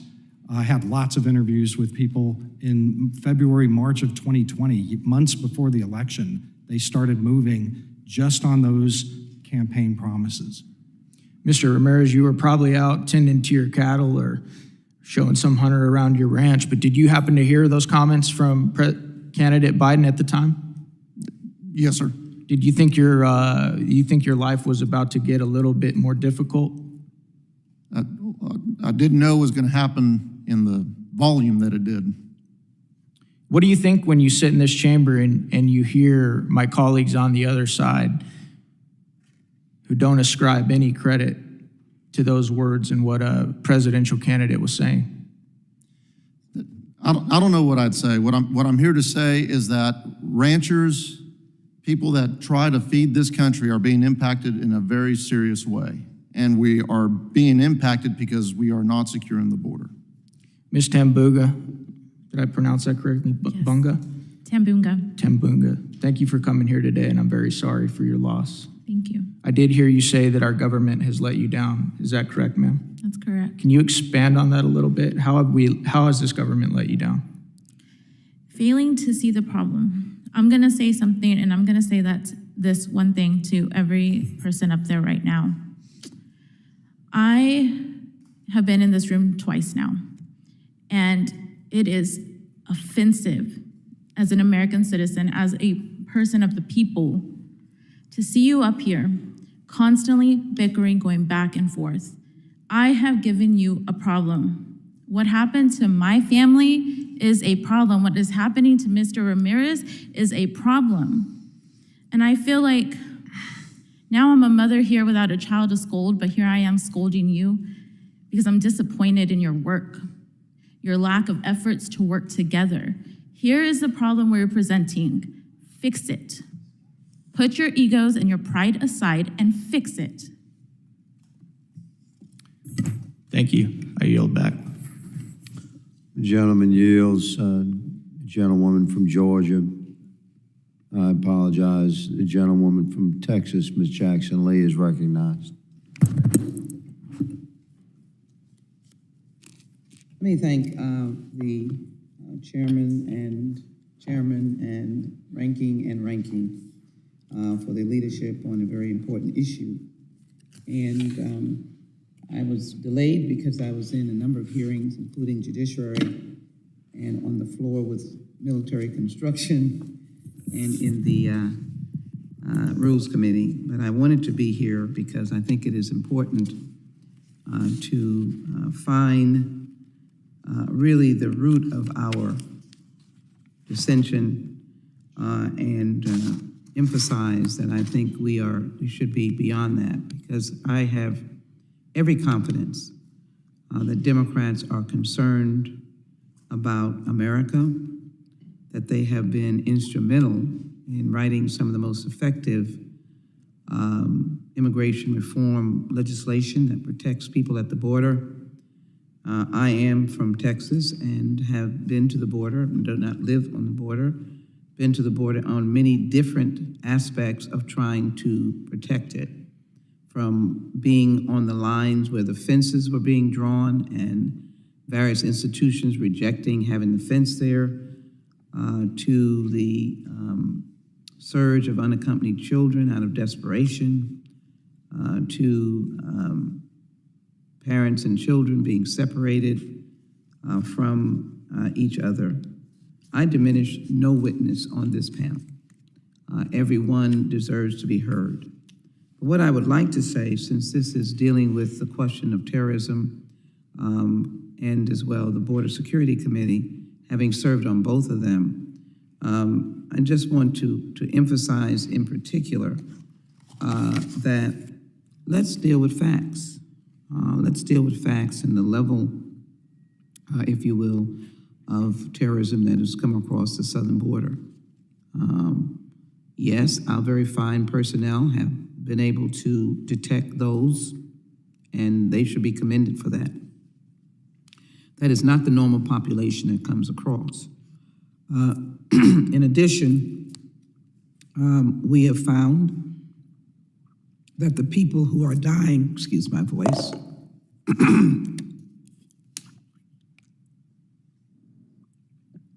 are like us, the mothers, fathers, children. And it seems that a country this big can find a way to deal with comprehensive immigration reform. That there is a pathway for people to come so that terrorists and criminals cannot come. This era in the world is the largest migration of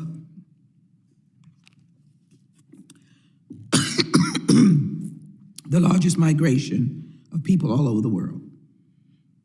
I believe that we have given a mountain of resources to Customs and Border Patrol, Customs and Border Protection. I believe they have done a sizable job on fentanyl, but it keeps coming. I think we have to do things about use, addiction, and I also think we have to maintain a certain dignity. And so actions by the Lone Star effort that our state has implemented require restraint.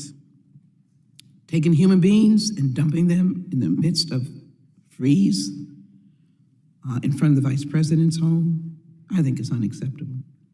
Mr. Ramirez and Ms. Is it Tambunga? Tambunga. I will get my staff to brief me because I don't want to delay it on your circumstances. But at the same time, I have to put on the record that kind of behavior doesn't solve the problem. The behavior of raise a fence and boys does not answer your concern, but it does cause, as not by my words, by a duly hired trooper, water not being given, as well as women having miscarriages, as well as a little boy's leg being broken. So my commitment on this committee, Mr. Chairman, as I reach a close, is to always fight terrorism. I've been on this committee since the creation of it in the aftermath of 9/11. Don't want to give a lot of history, but I was here in this Capitol when that heinous act occurred. I have no qualms about fighting terrorism. At the same time, I've been in every cutting-edge reform bill that we've tried to pass to give you relief and to also separate out, as they say, the weeds from the flowers. We don't need to coddle criminals.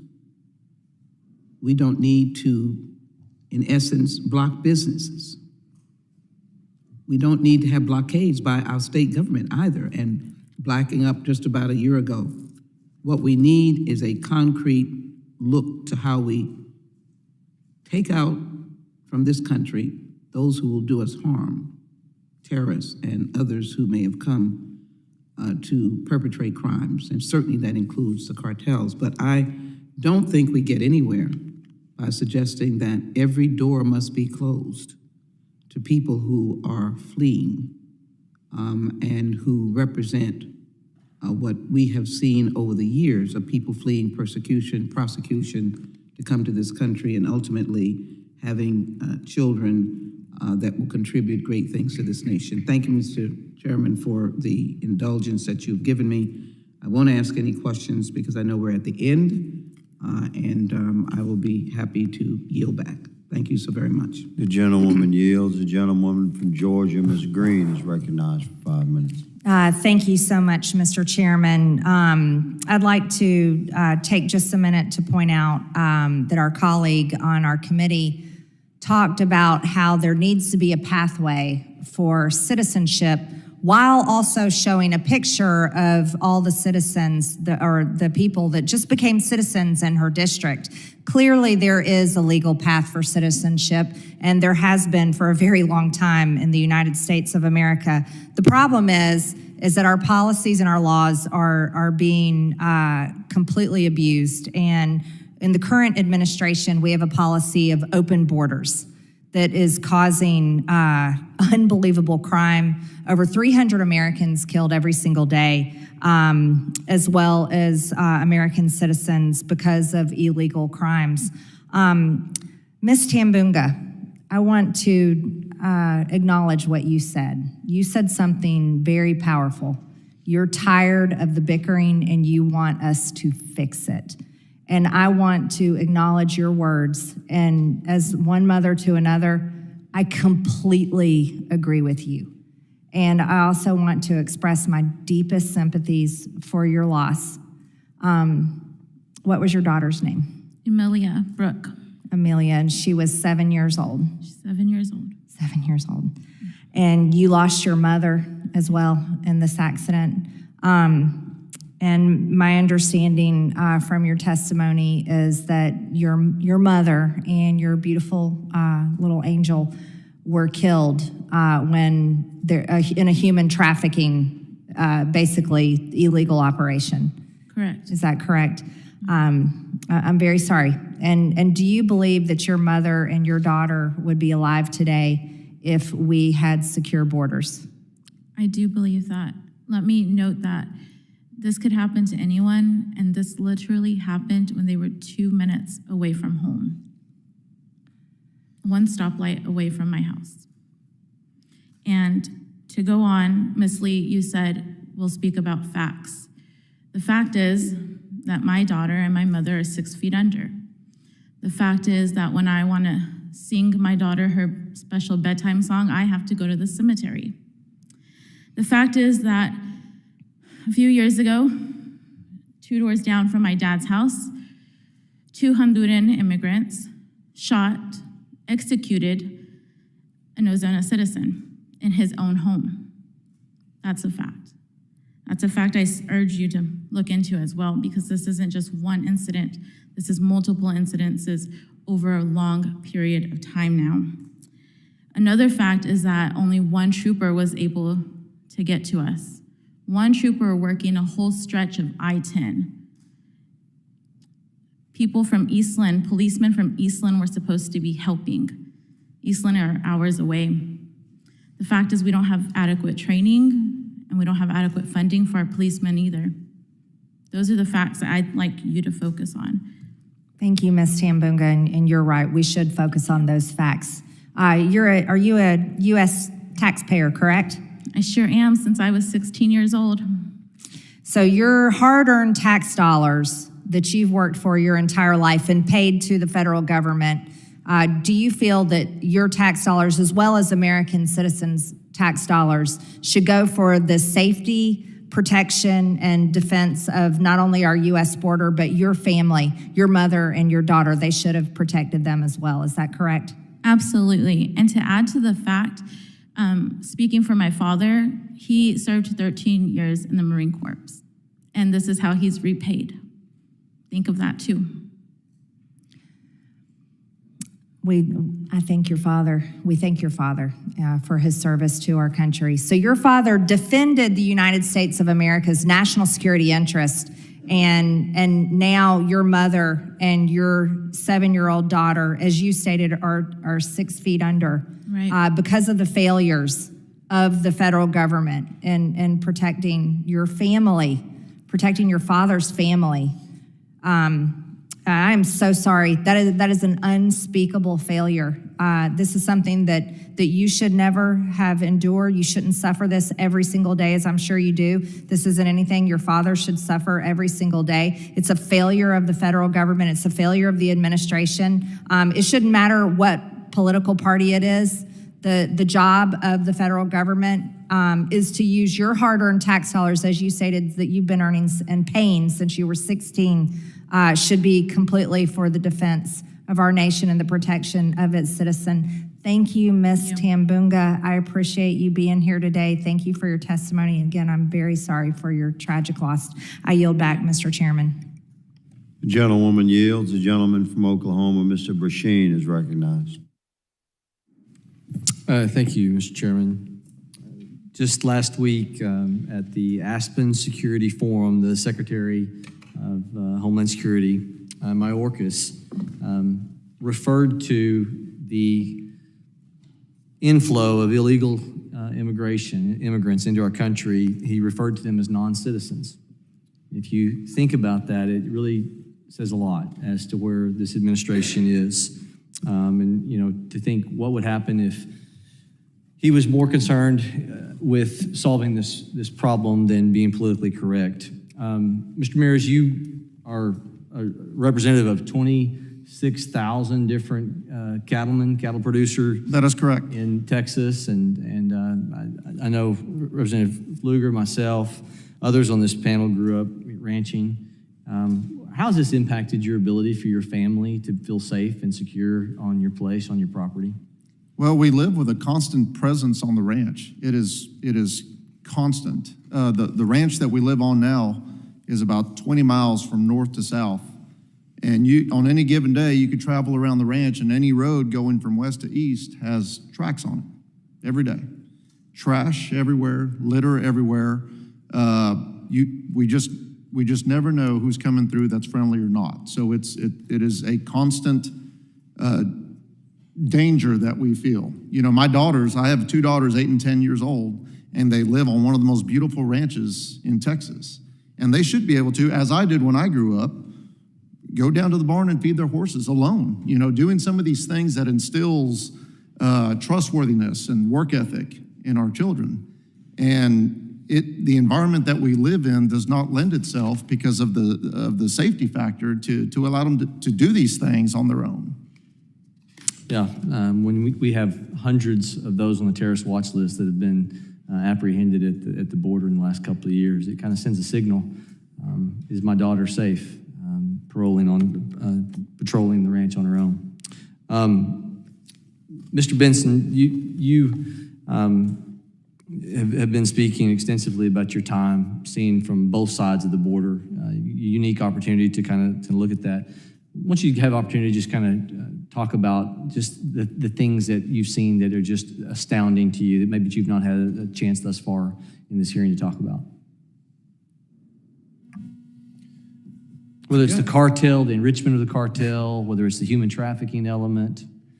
I mean, honestly, in all the years that I've been covering the border or have been spent my time down there in both sides, I just have never seen the volumes, the numbers, just the thousands and thousands of people just pouring over like a D-Day invasion, landing 5 boats at a time, and then they turn back and they get more, and they're just, that I think is what stunned me. And honestly, you know, when I talk to Border Patrol guys and women down there who were working it too for years and years, none of them had ever seen anything like it too.